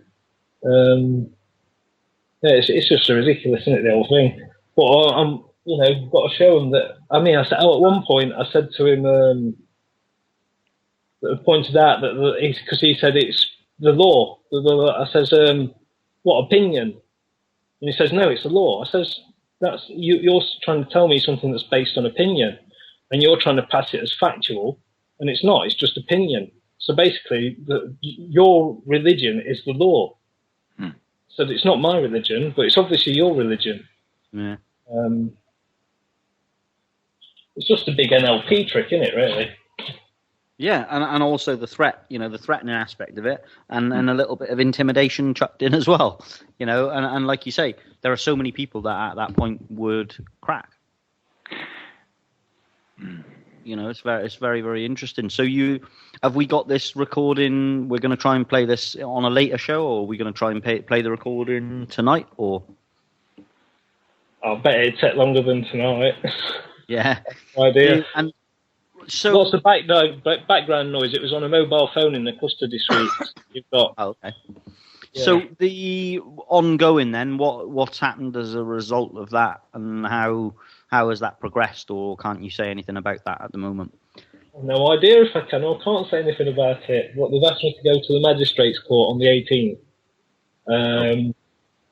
and I've phoned up the number they've told me to phone up for data protection to find out, to ask them how to request the evidence I need, because I obviously need was it full disclosure, is it? Yeah, well, it's a disclosure order, isn't it, I believe? So I'm going to help you out. I'm going to try and help you out with that now in the next day or so. I have tomorrow night. I usually try and finish earlier on a Friday. So I'll sit down and do some work on that for you tomorrow, and then we'll get that. I noticed in the police station when it was said there was a sign there saying that for people with learning difficulties and everything, we're supposed to help them. And being dyslexic, that's a learning difficulty. So when I've recorded the phone calls I've made to that number, obviously, asking for it, and on there I've mentioned that I'm dyslexic, and I've noticed that it says on the thing that you should help, and I've still not heard anything back from them. And I phoned up again just to make it clear that I need that, so I know how to put my case together. Obviously. Yeah, and I think that the disclosure order, according to the civil procedure, that Sarah was talking about last week is you have to make the disclosure order based on you need to know whether you have to seek independent legal advice. So it basically puts the judge in the position that he has to give the order, because otherwise I suppose he'd be denying you due process of law. So maybe that's where they're going with that. 1 minute. Is magistrates criminal? Yes. Yeah. Okay. Yeah, well, it's a victimless crime in most cases, isn't it? It says criminal, but it's actually, I suppose, commercial code, Roman law, Western Roman law, was it? So maritime it's law. Victimless more. So if I make myself a victim, then it'll have to go straight to Crown, won't it? Well, you can appeal it to Crown. You can definitely appeal it if you don't. I mean, even the lawyers, even the criminal lawyers, particularly the ones I've been talking to in relation to Matt's case, they were saying that it's like a bloody pantomime. That's how they would describe a magistrate's court, a pantomime. And it certainly is a pantomime if you go in there with Paul. Is that when you get kicked out? We'll send him a bill. What for? I don't know. We'll make something up. It's just brilliant. But magistrates. They only have a limited amount of sentencing time and stuff like that, so they commit stuff to Crown if it's out of their sentencing rules or whatever. But I mean, you could chuck a lot of spanners in the works just at that level by doing the Pete thing. Well, who have I harmed? Who have I injured? Who have I hurt? I want to know why I've been bullied. I want to know why I've been bullied and threatened. But you could do is put a load of Rick Simpson hemp-oil stuff on the court file. Yeah, I'm depending on that. I've got a medical user that's said he's willing to be a witness and come in, and he uses Sativex. So that's another question. If it's illegal, why is a UK company producing it and supplying it worldwide? Yeah, and also, that's a superb argument. We talk about the thing that happens, Sudama, as you know, when I've been talking, most people, when they go into a magistrate's court, say nothing. Absolutely nothing comes out of their mouth, only the confirmation of date of birth and name. So as soon as you do start asking questions, they're not going to want you in there in any case, because they're not prepared for people who ask questions, and they're also not prepared for witnesses. Remember, it's only pretending to be a court. Yeah. It's an administrative hearing, is what it actually is. And it's an internal tribunal for Her Majesty. That's what it actually is. Another thing is, they're saying that they're saying I grew something. I've only ever been able to grow my body. That is a superb argument. It grew itself. You didn't grow it. No. The actual charge is cultivation. Yeah. What does that mean? You can't let a drop of... Come on, Lee. It actually means you tended it. Well, yeah, I tend all plants if they're thirsty. Well, there you cultivated them. Okay. There was an argument a while about that. If it was a fully automated system, then who would actually be cultivating it? Because it isn't actually illegal to own the seeds or the equipment. That's right. But hey, who knows? Yeah, still a good argument, but any argument is a good argument because it throws question into their presumed case that they have against you. And like I say, I mean, you could also contact people around the world. You could use there's a website with all the testimonials on. I don't know if I can say that website, but you could use the testimonials of people from that website who have used it for medicinal purposes and place it on the court file, and then put a covering letter on the court file saying, are you trying to deny people a natural remedy? Just silly stuff like that. That's not all silly stuff. Actually, just factual stuff. Yeah, factual. That's what I wanted to get in. Loads and loads of factual stuff. That it's the facts. It's truth. It's facts. And there's so much of it. And you can't deny it all. When will you be presenting this to them? As soon as after I've got my evidence from him, I suppose. As soon as I've said I'm going to need that first before I can know I need represent. Yeah. And of course, you can also get it adjourned if you don't receive the evidence. You can go in and say, I haven't had disclosure. I've ordered disclosure, because don't forget, we don't want to, if we learn from last week, we don't want to request, because I'm sure you've all seen the videos, or is that a request or an order? So we need to, when I try and help you with it, we'll get, a disclosure order, so that they have to give you the evidence that they have, okay? But also within that evidence, if it's some sort of a cultivation act, any word is mentioned in that act, then we need proof of how that act became applicable to you in the first instance, because they're bringing forth the claim. So the burden of proof is on them. Misuse of Drugs Act, 1971. Well, there you go. That's how did that act become applicable to you? Well, I'm saying all laws not applicable, because it's most of it's opinion. There's nothing factual in it. Yeah, but what you don't want to say, you don't want to make a statement you don't want to make that statement. You want to ask them for their evidence. You want to ask them to prove how that law became applicable to you. So this disclosure order will make them show you how it became applicable to you. Well, are they going to unveil the biggest constructive fraud in history? Well, it's circular reasoning, isn't it? It's just like it is because it's been written down, and it says so here, written down in this book.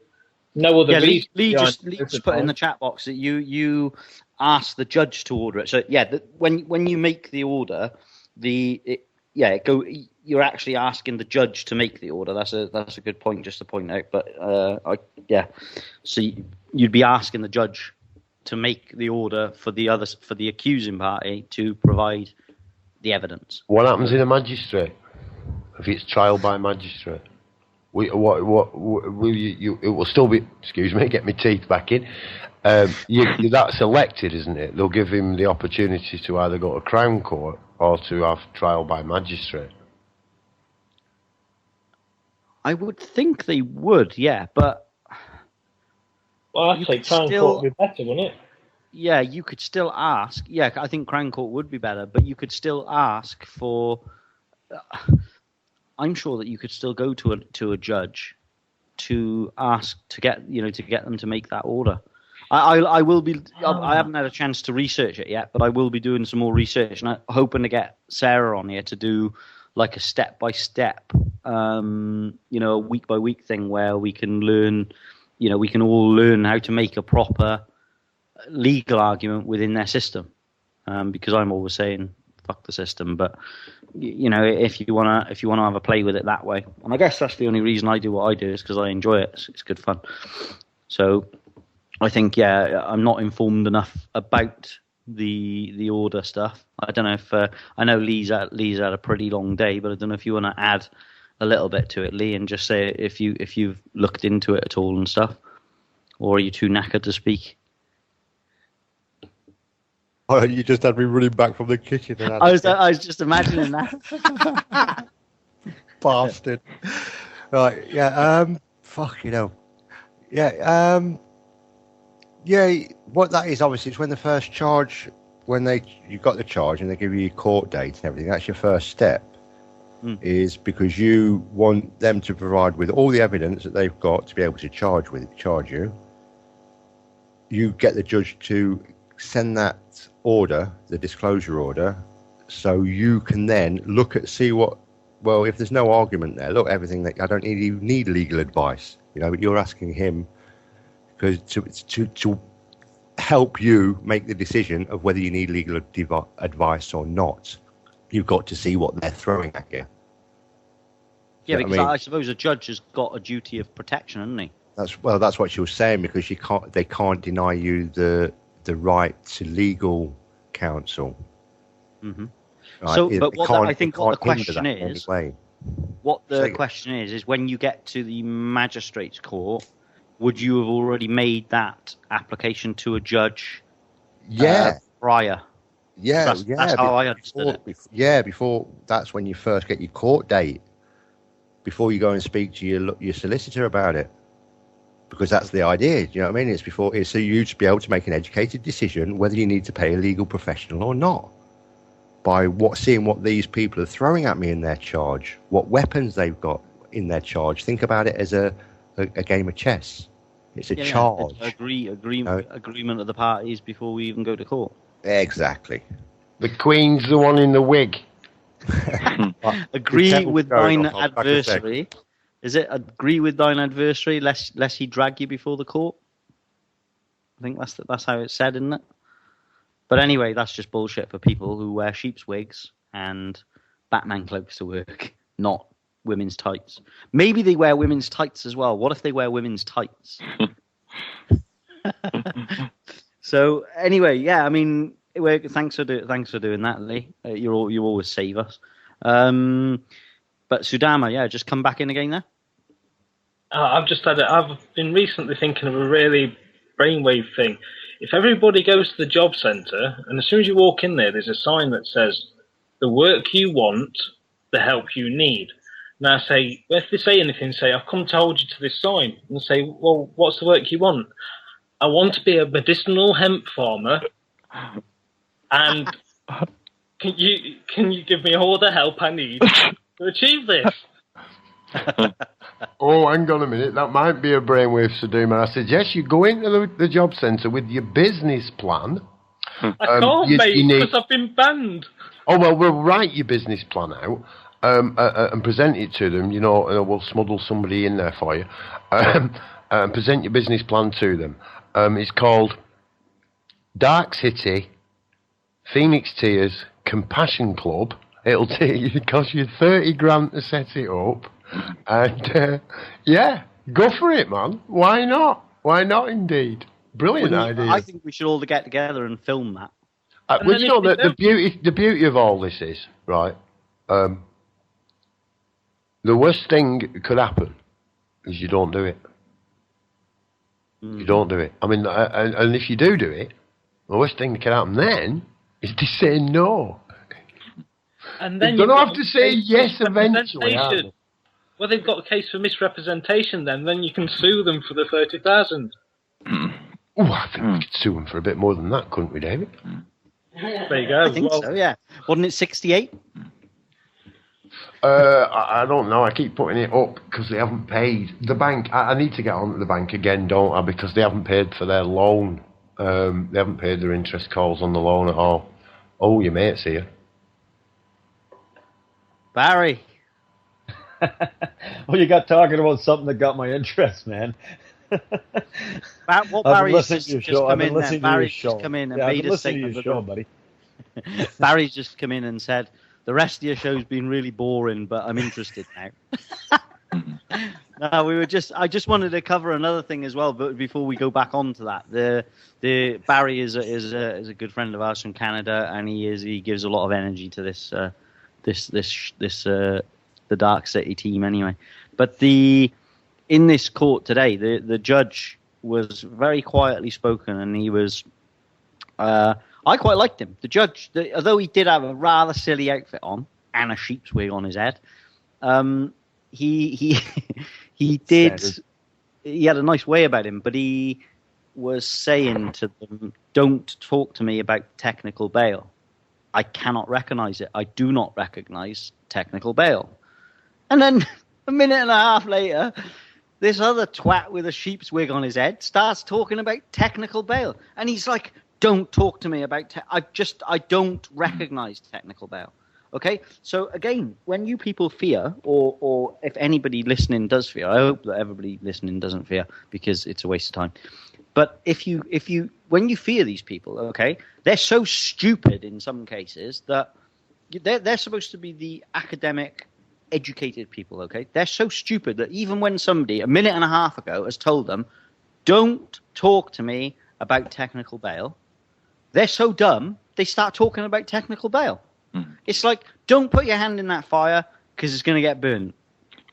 And was that your opponent that did that? Pardon? No, I was just viewing today. But okay. Yeah, it was just very interesting because in that particular venue, when you get up to sort of Crown Court level, they're supposed to be extremely competent. You know, like you say, they're wearing a fancy dress to work because they're supposed to be very, very competent. So, you know, but I just wanted to touch on that before I forget, you know, to help people not be scared of stuff. But going back onto this business plan that Sudama has got and Paul has been added into it, I think that this is a superb business plan and we should definitely present it to the job centre as he suggests. And I think that I'd like to film it. Make a viral video, yeah. And maybe send it to David Cameron, old face like a packet of sliced ham, David Cameron. Well, isn't the GW Farmers a close friend of his from school or something? Is he what? Sorry. Hasn't GW Farmers got some connection with what's his face? You know, MP kind of guy. David Cameron. David Camelface. That's the one. Yeah, Dave. Yeah, him. I don't know. Was a close friend from his. Could well be. I don't know. It comes back to the government lie, I suppose. Whenever we, but I think we should send them the business plan. Yeah, I think it's a good idea. Dave, one question I had for you about that company in England that's manufacturing oil and shipping it out of England. Do you have the name of that company or what they're actually putting in this oil, what the process is, and what they're putting in the cannabis oil, or what they're representing as oil? That is a question for Paul or Sudama, I think. Okay. The company, it's called Sativex. Sativex, that's right. Okay. Sativex. And it's by GW Farmer. There you go. It's coming up. See, you don't need it. It all gets typed in the text before it comes into my head. But I can tell you roughly. It's in the chat box. The website is in the chat box. I'll tell you what. I can tell you what's in it. Give me a minute. Okay, I see it now. Thanks, Lee. Alcohol, peppermint oil, and 2 strains of cannabis blended together. The oil of 2 strains of cannabis blended together. That's how they've managed to kind of like get the patent on it. Because it's a mix between the 2 things, the 3 things, 4 things. And does it have the important ingredient?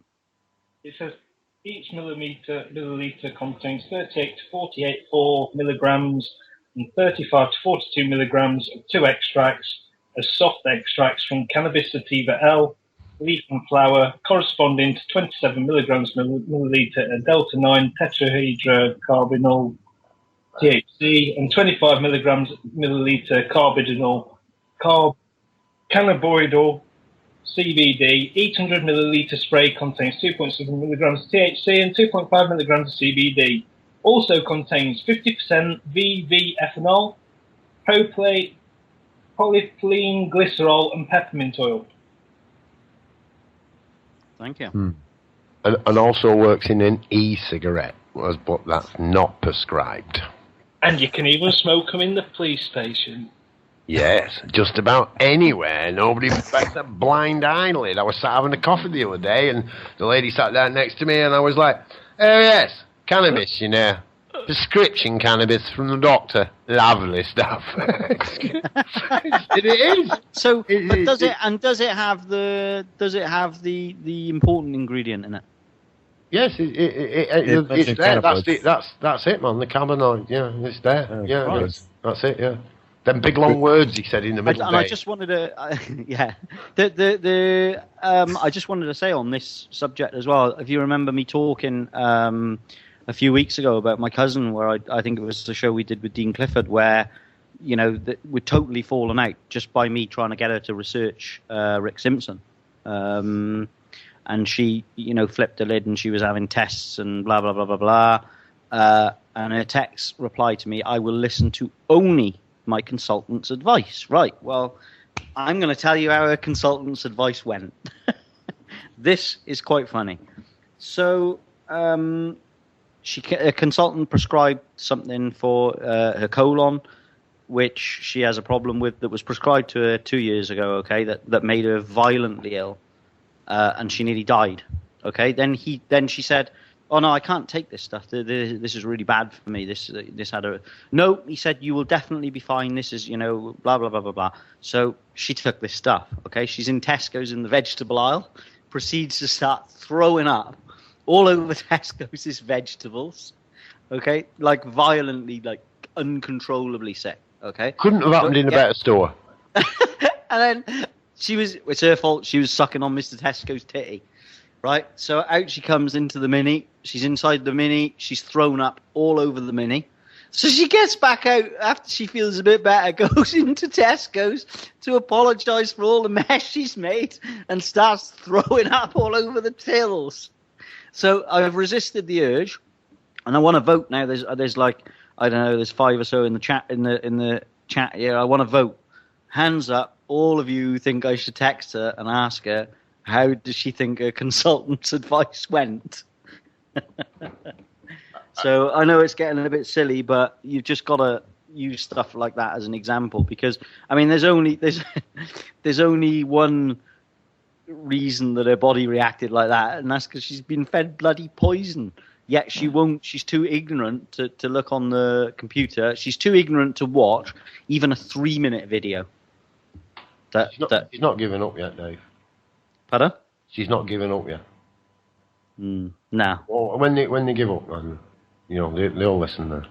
Unfortunately, it's too late. It's scary though, but it's scary. That mind prison again. It comes back. It loops back around all the time, doesn't it? To the mind prison, the mind prison, the mind prison.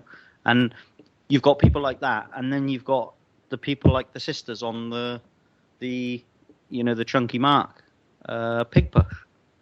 So there's hope, and like I say, I know it kind of I come back around in a loop to what I was talking about when I first came on. The Dutch guy Chris, who was here today, and his girlfriend from the Isle of Man. They are the people that's where the change is, and I know Barry on this subject. We were talking on the Skype, and one of the Rick Simpsons talks. Barry he's organised a talk, I believe, and he probably come and tell us about that now. But he's talking to the younger people, and those are the people who are open to change. Those are the people who are prepared to think outside the box, and those are the people we need. So, Barry, tell us what. I know we're slightly off subject tonight, but tell us what you've been doing. Long. I won't take long, Dave. No, we've organized quite a speaking gig for Rick all over the province now. And you're right about the youth. So when I sat actually down one night on Skype with Rick, and I said, you know what, Rick, I really want to give the young people an opportunity to do this, and so I think we'll give them a free night at the R.M. Lee Theatre here. And any student in Terrace that shows a student card at the door and has a note from their parents saying they can listen to Rick talk, believe it or not, can get in for free. And we've already had 200 students committed out of coming to it, and the R.M. Lee holds 600, so we're hoping we get 300 or 400 of them out. And I really feel those are the people that we have to reach. So young people have to become aware of just how bad situation is becoming on our planet, and how much change could be implemented by the use of the hemp plant in all phases and all aspects of our life, period. And that's a big statement, but it is so true and so overwhelming. And I know that reaching the young people is the most important thing that we can do right now, guys. And that's why I've kind of targeted them. We're going to do the same thing. The people down in Nanaimo, they're going to have a night where their students can come out, and they're not going to charge the students to get in and listen to Rick. So when he does talk down there, the students don't have to pay to get in. I have now been contacted by a Joe Fort in Vancouver that the University of British Columbia would like Rick to speak at the University of British Columbia, and this just happened last night. So we're having incredible developments with Rick in British Columbia, to say the least, and it's kind of cool to watch it all take off like this. We're really working hard on this, and it's just it's getting out of control, Dave. It's like, I mean, like now this Joe Fort, he just spoke at the Enbridge speakings. He's got a following on Facebook of about 2,000 people.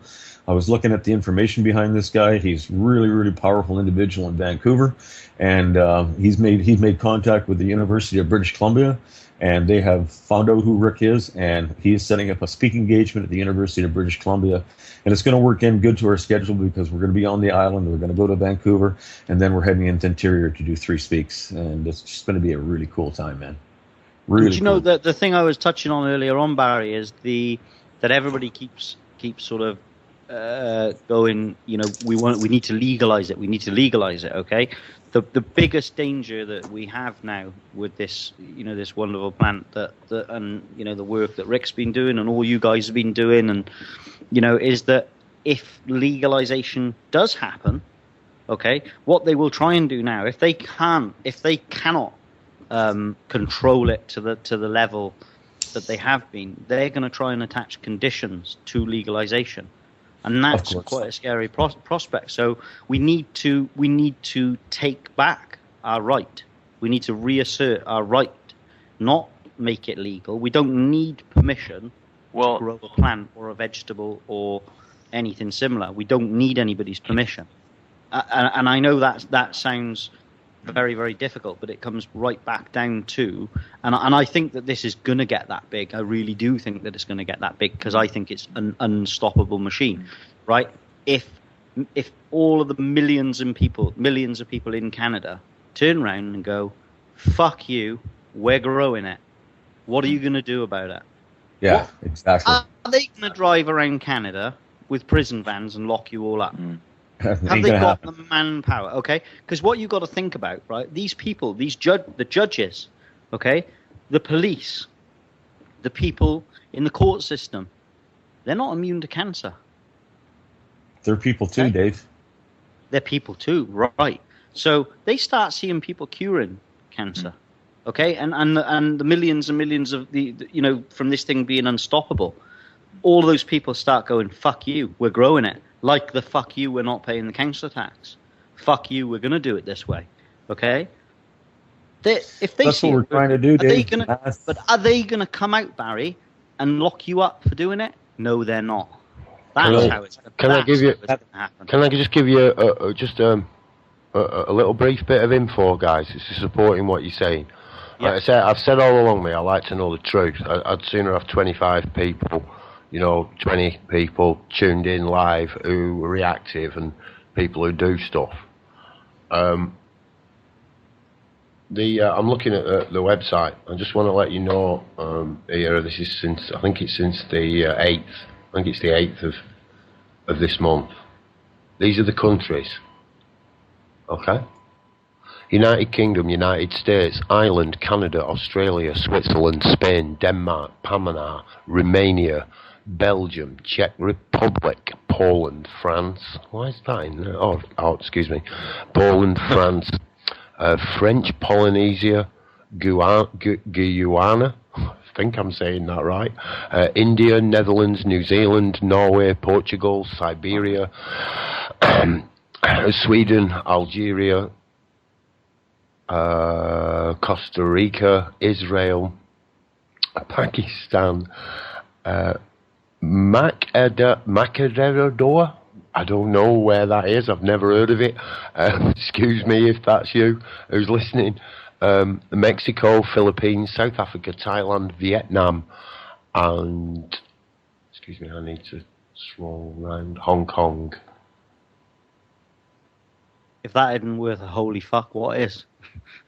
Isn't it? You see what I mean? I mean, okay, in all fairness, some of these people have come and they've looked at a couple of pages and, you know, and they've gone away. And I'm not good enough to work out and tell you exactly where they've gone and what they've done. Oh, they have a lot of numbers. Well, I remember, Paul, on this subject, the guy that we were talking to today that's been here for 2 days from the Dutch guy, he was saying that they're allowed to grow they're allowed to have 5 plants. Excuse me, Dave. That was actually in the last 24 hours and 52 minutes. Wow. Shit. That's awesome. That really is awesome. I'll get straight back onto that, but you know what I'm like, I forget. So it's a real quick story. This guy was telling us they're allowed 5 plants, okay?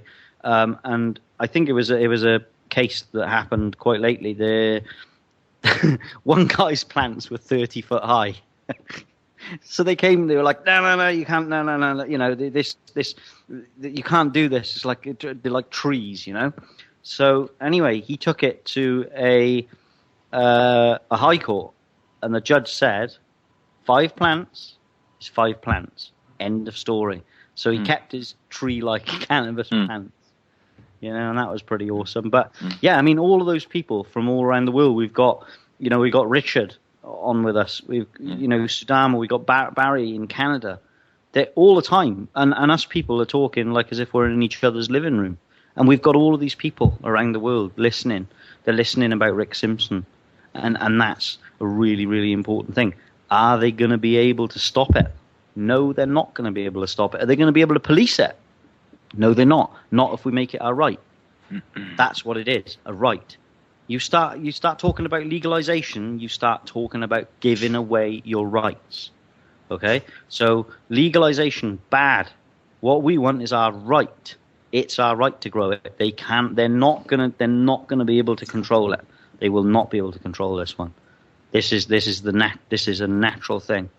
So, you know, yeah, go on, Paul. I had to butt in then with my story and then have a little rant, but you know. Oh no, it's fine, man. It's fine. I just with you and Barry saying, you know, about, you know, like I say, it's hard to tell, isn't it, when you look at things? And I've only just discovered this little stats page, and anybody can do that who's out there. If you want to have a look at it, it's a little tiny globe in the bottom right hand corner of the website. I'm pretty sure you can. It's open, you know. That's for people to have a look. And yeah, it was like, yeah, it's amazing, man. It's just amazing. A little map thing, and I look at it, and there's dots all over the place. And it's really awesome. Well, not everywhere, you know what I mean, but there's some weird places, like, you know. You know, what grows from little apples? Yeah, well, the thing is, when you look at things, I mean, like Brazil, we've had one visitor from Brazil. You know, some of them, we've only had a couple of visits, you know, they've come to. I mean, but we've had 5 separate visitors from Bamana. I mean, what's going on in Bamana? You know, it's like, what's going on? And South Africa, you know, 2 different areas we've had visitors from South Africa. And, you know, 3 separate visitors from Israel. Vietnam. You know, people, it's amazing. It really is amazing, you know. Now, whether I can't actually, that's from the website. I can't, I mean, I see flags on the, it doesn't give me the countries, and to be honest, I'm not that good with flags. You know, it's just like, why do I want a corporate banner? Thank you very much. Do you think it might be people using proxies, though? Oh, yeah, it might be, man. Yeah, I suppose some of them could be. non-crew, innit? Yeah, some of them could be. Yeah, definitely. But I do know we've had people from India. Yeah, it could be. The Hong Kong one, yes, I could guarantee that. 118 visitors, separate visitors from the United States of America, 53 from Canada. You know, so yeah, they could be proxies, man. But Norway, you see, these make sense. I see people from Norway. And Denmark, we've had 18 separate visitors from Denmark, and there you go. You see that makes sense. You see that you've got 18 fellow countrymen out there who've tuned in. Yeah. Or maybe not. Maybe it's one countryman, as Nate says, who's actually had 18 different IPs. Do you know the interesting thing that on the cancer subject as well, like this, and she was young. I think she's like 19 or so. The girl that was here today, right? She was saying, and it was a very good point, all of the people that go to the medical schools, don't forget who runs the medical schools, the big pharmaceutical companies who are run by the Rothschilds and blah, blah, blah. But those people who go to the lectures and are taught by lecturers and such, like, and experts in their field, okay, the young people look up to them and they aspire to be them. So they're never going to go against. It's very rare for one of these students to go against what their guru or this person that they're looking up to is telling them. And that was it was just an amazing thing. Like, I don't know, maybe everybody else has thought about that, but I've never really thought about it from that angle. And that's why, you know, the likes of Rick Simpson and all of us guys on here that are trying to think of different things and not just rely on that one expert that says, this is the way we're going to do this and that's how it's going to be, blah, blah, blah, blah, blah, you know? Well, these young people are like, well, actually, we've got a brain too, and you can go and fuck yourself. How's that sound? It's just you know. But it's a state-approved, education they have there, and they have to trust the state and the government that has this program called education in this country. Or Yeah, I whatever think I country prefer to look They're at brainwashed. They're brainwashed from the day Yeah, they go into programming. medical school. Come on, guys. I mean, they're along the agenda of the pharmaceutical industries are paying for it all. And we got to change just the thinking, man. And it's called spreading this knowledge around the world and making people aware that this is real and this is what is happening But now. Barry, What's being held back? On that subject, though, Barry, Knowledge is power, buddy. I was worried that there weren't going to be the people that would think outside the box. But I tell you what, just talking to this girl, like, I was absolutely fascinated. Like, cool. And so much intelligence, but the ability to think for herself. But that hadn't been. She's had a normal education, etc., etc., etc. But she's been encouraged to debate things. She's been encouraged to think outside of what people are telling her she should think like. Okay, but what that gives her, then, it comes back round to the mind prison. She's not been brought up in a mind prison.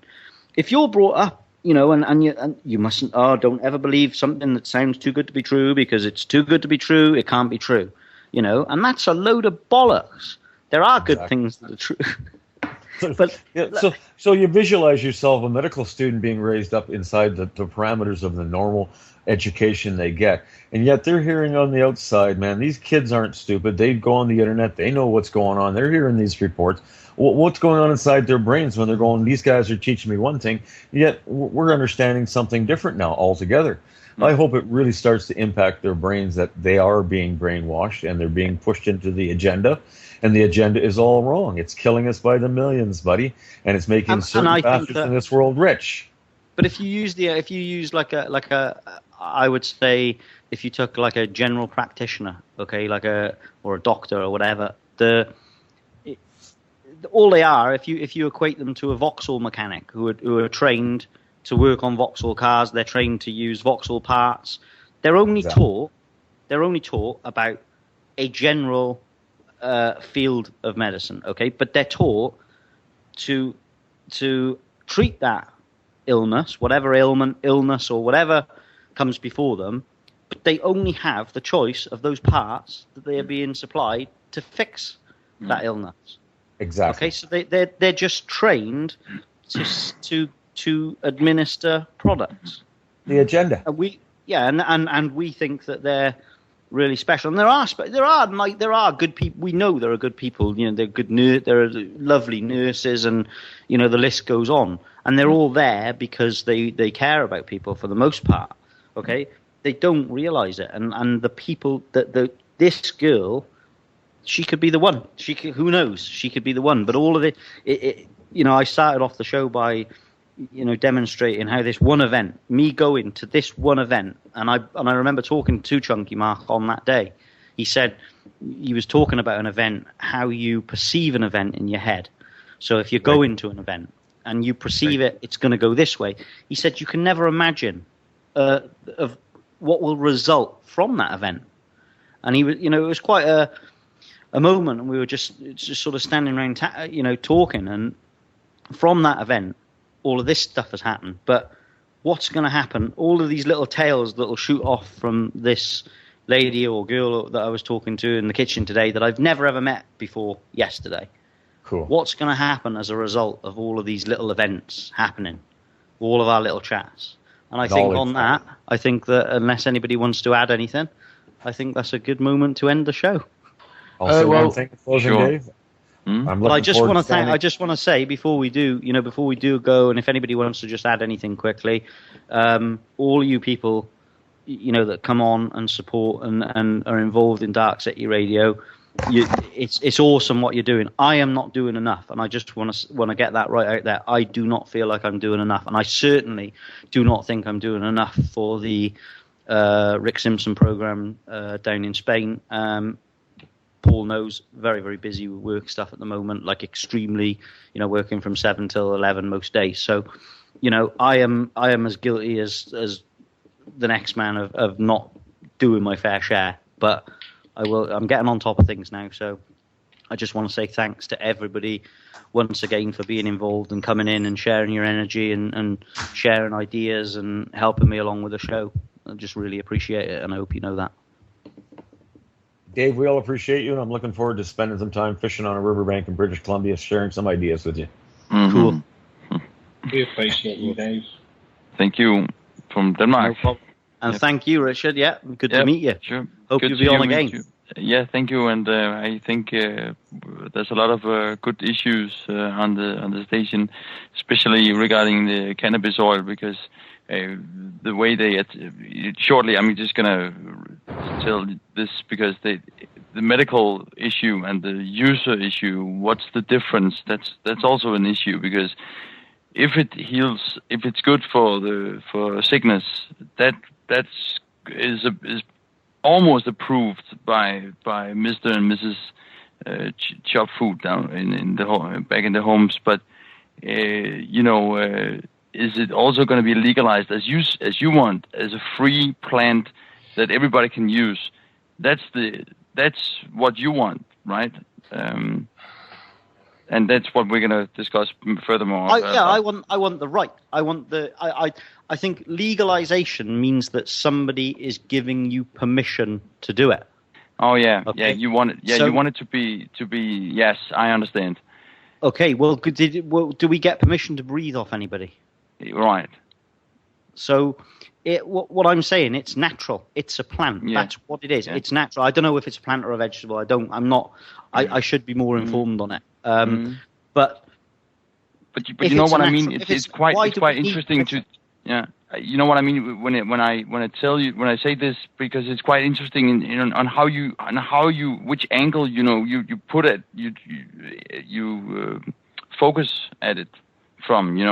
So what do we want people to realize about this plant? Is it a medical thing, or is it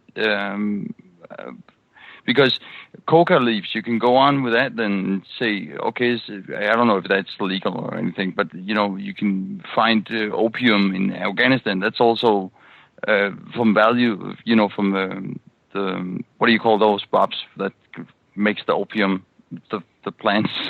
Poppy, is it?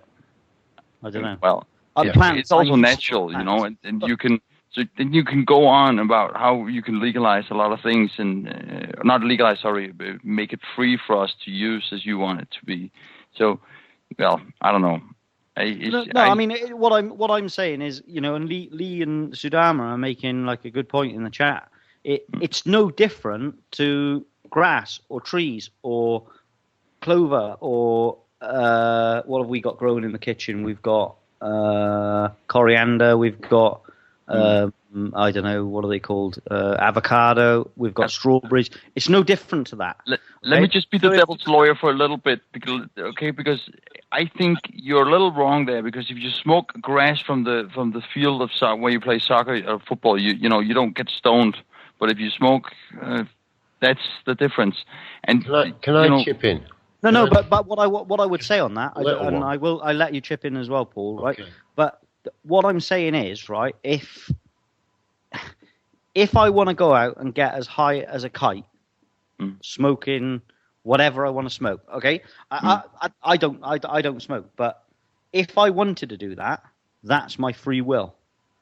Why should we be told what we can and can't do? We're allowed to smoke tobacco, and we're allowed to drink ourselves silly on a Friday night and go and beat the fuck out of the man next to us just because he looked at us the wrong way. But we're not allowed to smoke cannabis. When have you ever seen violence attached to cannabis? But that's also regulated. But the tobacco and the alcohol is also regulated by a lot of countries, and also in Texas and stuff. But I can still buy. But I can still buy 5 bottles of wine, sit in my kitchen, and put myself into a coma. That's what I mean. Like, it's not. We've been led to believe that it's bad. We've been led to believe it. Yeah, it's good. Yes. I don't think. I think that if you want to sit there smoking cannabis all day, that's your free will. Yeah, because that's my opinion too. Yeah. It's a right. Okay, and the crime that surrounds stuff like cannabis in my opinion, and this is only my opinion, is a deliberately architected crime. Because if you take away the illegalization, you take away the scarcity. You take away the scarcity, people aren't going to be breaking each other's doors down in the middle of the night with 12 balls trying to get at that planet. I totally agree. Yes. Yeah. So I don't know, but go on, Paul. I get quite passionate about stuff like that, but go on. Oh, that's what we need. That's how you break through with passion. Really is. I can draw quite a distinctive line between cannabis, celery, opium, heroin, or cocaine or opium. I can draw a distinctive line. Does it kill you? Right, there you go then. Okay, if it kills people, right, or it causes serious damage, and I mean, I don't mean bullshit damage here, you know what I mean? Because we all know that cannabis turns you into an axe-wielding lunatic. We all know that, you know. You read it every day, don't you? You know, guys high on pot do bank robbery and start, it's ridiculous. So, I mean, real facts, and that was done. I mentioned it a while ago, Queen's Commission, I think it was the note report.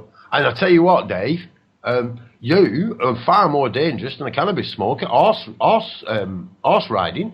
It came. That's what they used as the means. What the hell's the safety thing about it? So let's get it right. Let's get it right. Dave, in his past profession, it is way over the mark. That is a real dangerous thing to be doing. So if we're going to legislate anything, let's ban horse riding. I agree. It's stupid. You're not going to tell somebody they can't go and play rugby because they might get a bad back. And what? I agree. Stairs. It's free will. It's our free will. Stairs and beds. If we're going to get onto that line, we get rid of staircases and beds because we lose more man hours of people getting in and out of bed and slipping on stairs. Check it out. It's silly when you look at it. If we're going to be scared of anything, if anything is likely to get you, it'll be your bed or your staircase. What are we going to do? I'll get rid of all the staircases now and put all his houses down, start living in modular home. We've got to be willing to work with what we've got. And I grant you that, what we've been given isn't a great deal. It isn't a great deal. We haven't had a lot to work with. Well, Paul, just to add to that, if you drink a certain, we're told, I don't know if this is factual, but we're told through medical research that if we drink a certain amount of alcohol a day, our livers or kidneys are going to give up on us. I don't know which one it is. Okay, and there have been people that has happened to. Well, okay then, if for the greater good they've banned cannabis and we mustn't smoke it because it's very bad for us. You're a naughty man. Okay, if that's the case, why isn't wine banned? It's because of long-term suicide. People like to commit suicide over a very long period of time, I reckon. That's why.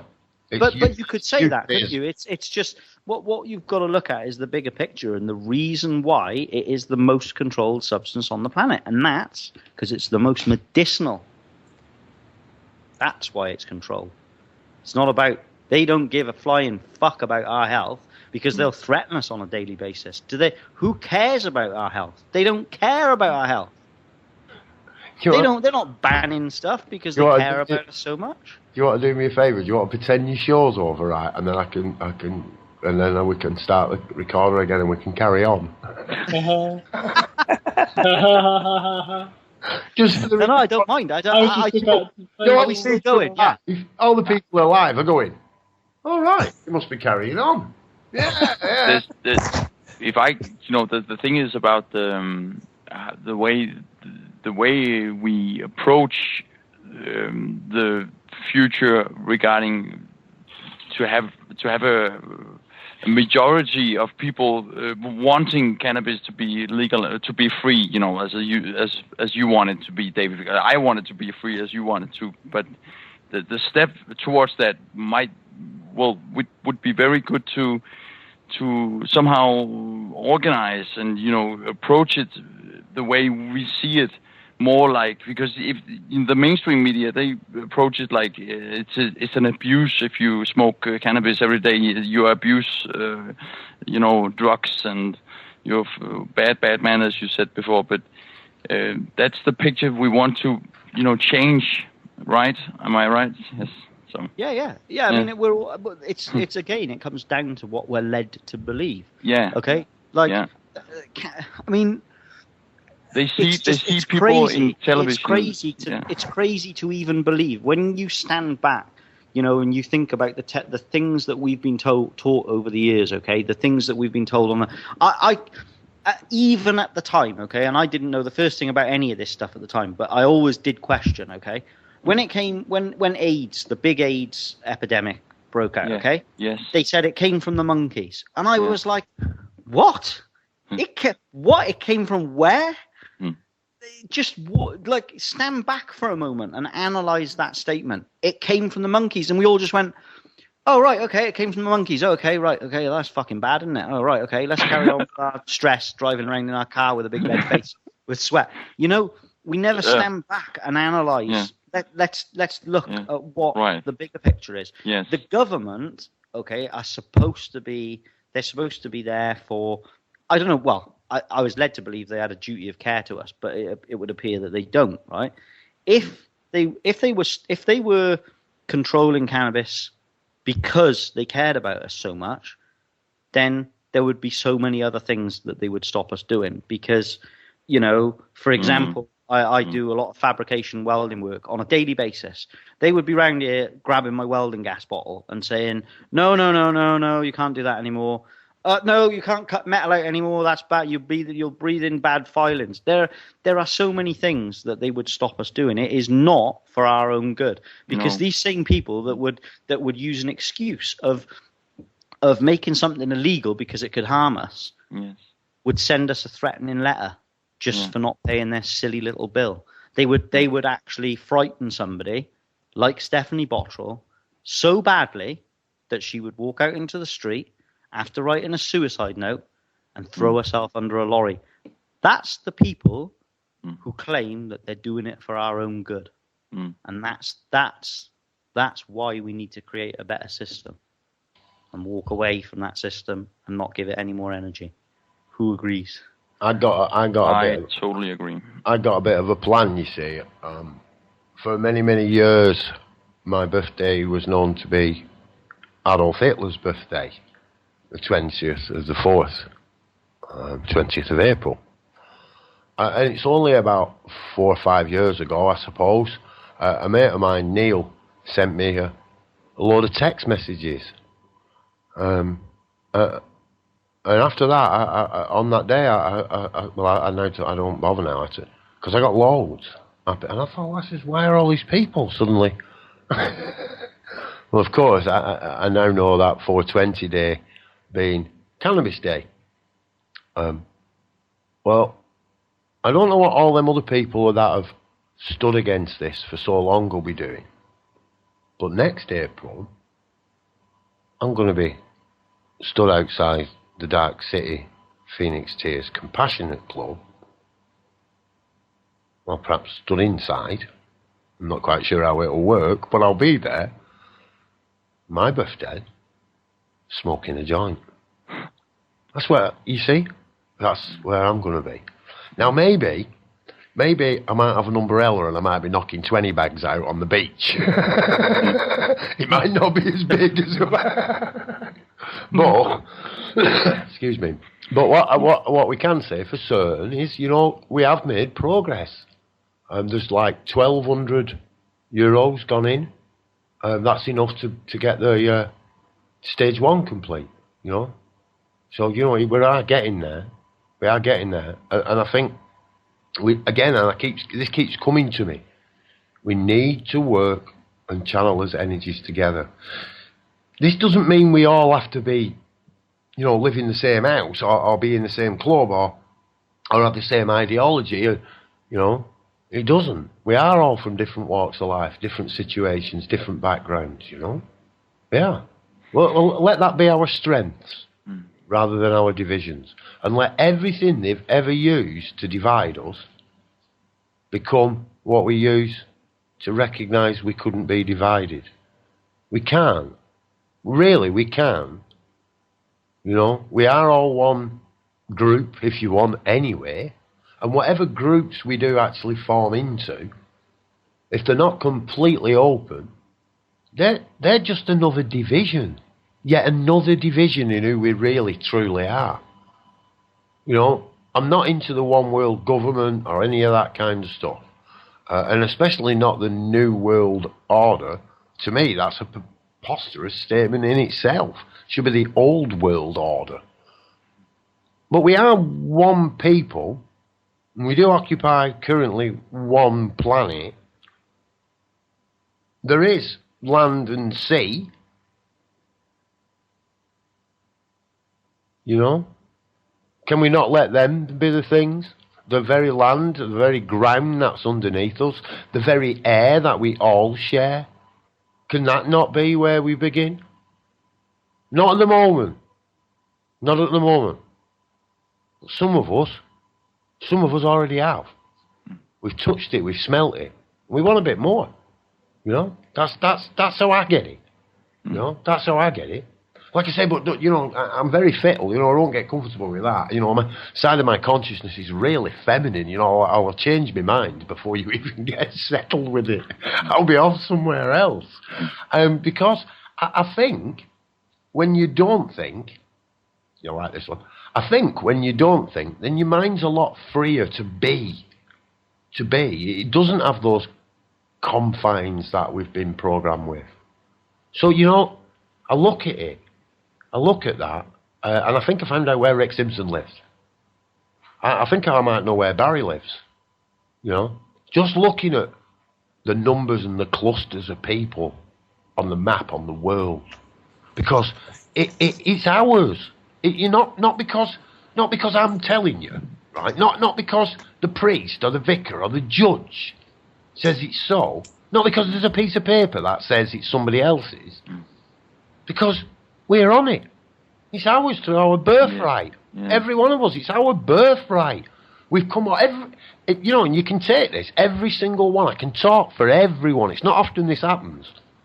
We are the sole survivors of the group that set off. We made it. We made it. Every one of us.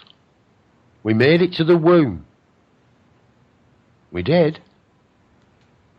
And we're here now. Absolutely. Our turn. Our turn. It's no one else's turn. It's our turn.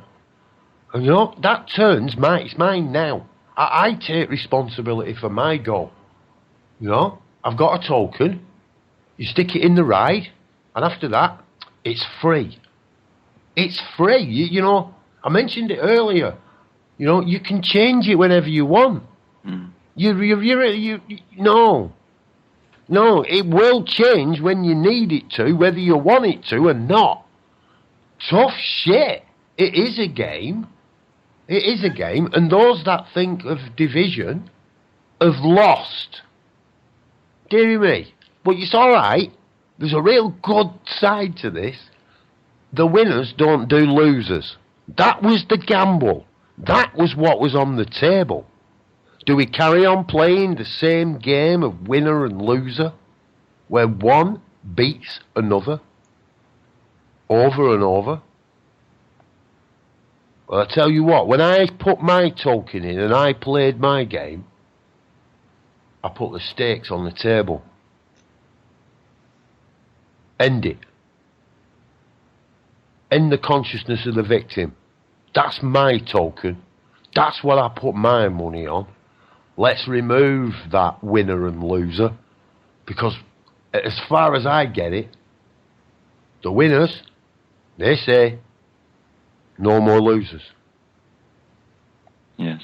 Game over. Right.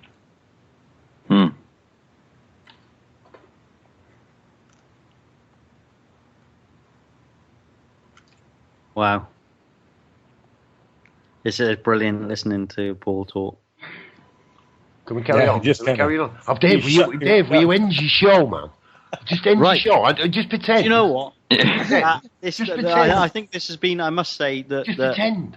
We want to carry on. We all want to carry on. It really has. This has been sort of my favourite show. And you said something there which is a classic, Dean Clifford. It's your birthright.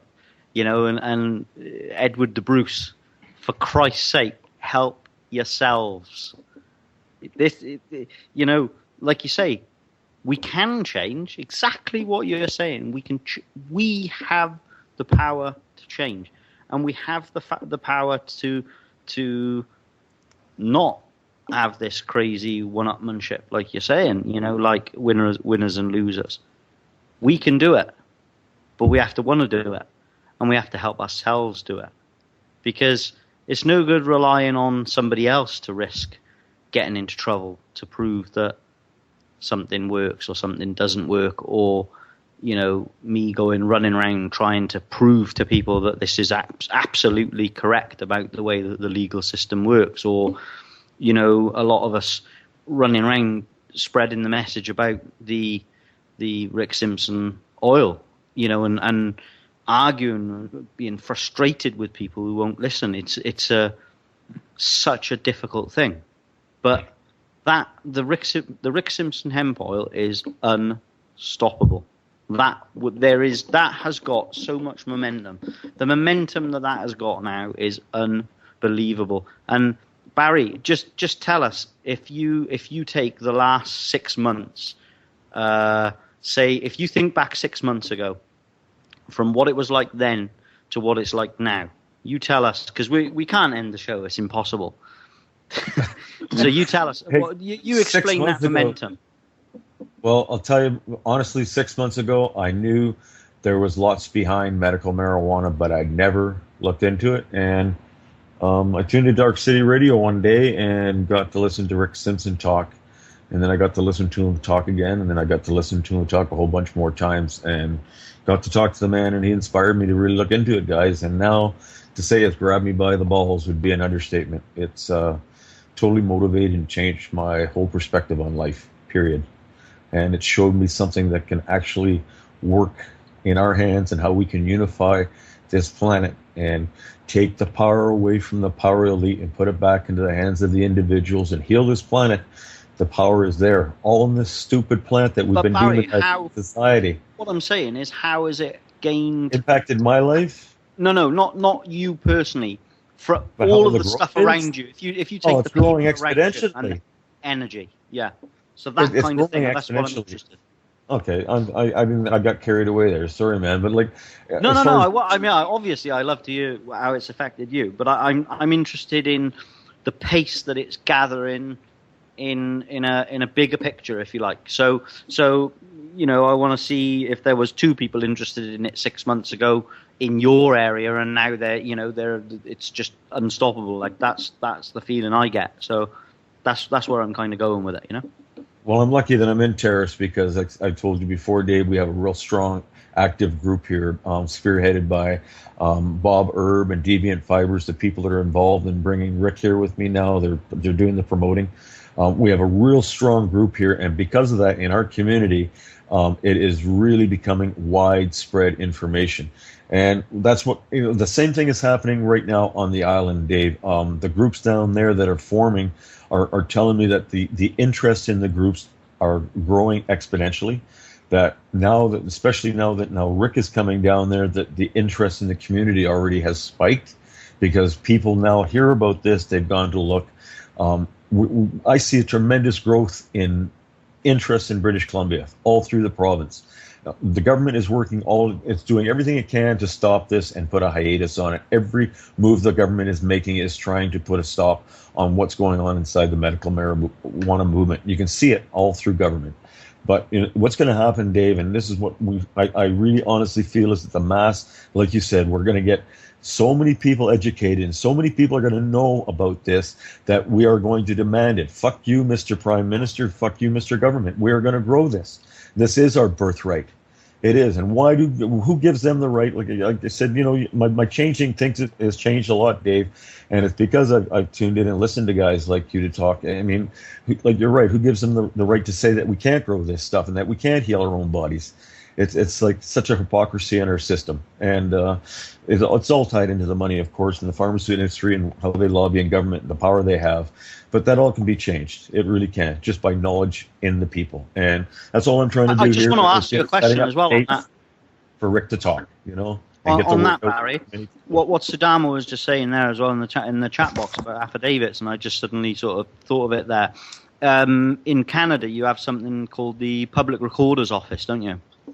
Yeah, we do. Right. So why not get testimonies from as many people as you can possibly get? Put them in the form of affidavits, which are very, very simple to put together, and file them with the Public Recorder's Office. And also file an affidavit from every one of those people saying that the Canadian government are denying the people the inherent right or their birthright to use medical marijuana. Because if it's not made a matter of public record, it didn't happen. It needs to be put. These testimonies need to be filed with the Public Recorder's Office. Get the testimonies. Back it up. Okay, they can't ignore stuff like that. That won't just go away. It's not like people marching up the street with a load of banners. That's very real. They have to recognize that, and they will recognize it. So that might be an idea. Good idea, Dave. I tell you, when you come to Canada, you're gonna have to take a crash course on Canadian law. You have to make man out. And right, you're going to pretend to end your show now, Dave. It's just getting ridiculous now. I mean, you need to pretend. Just pretend. Will you pretend? Right. All right. Then no, you've got to do another. On that bombshell, this has been Personal Navigation on the 11th of July by Dave Matthews and all of the Darkcity crew, and Barry and Richard and Sadama and Dee and Dawn and all of these people. And I just want to thank everybody that's contributed. And it's been brilliant. The extended version. Yeah. Thanks, Dave. Thank you. Thank you all. I want you to get up now.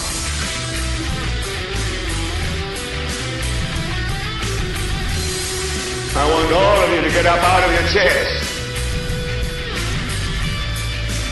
I want you to get up right now and go to the window, open it, and stick your head out and yell, I'm as mad as hell, and I'm not going to take this anymore!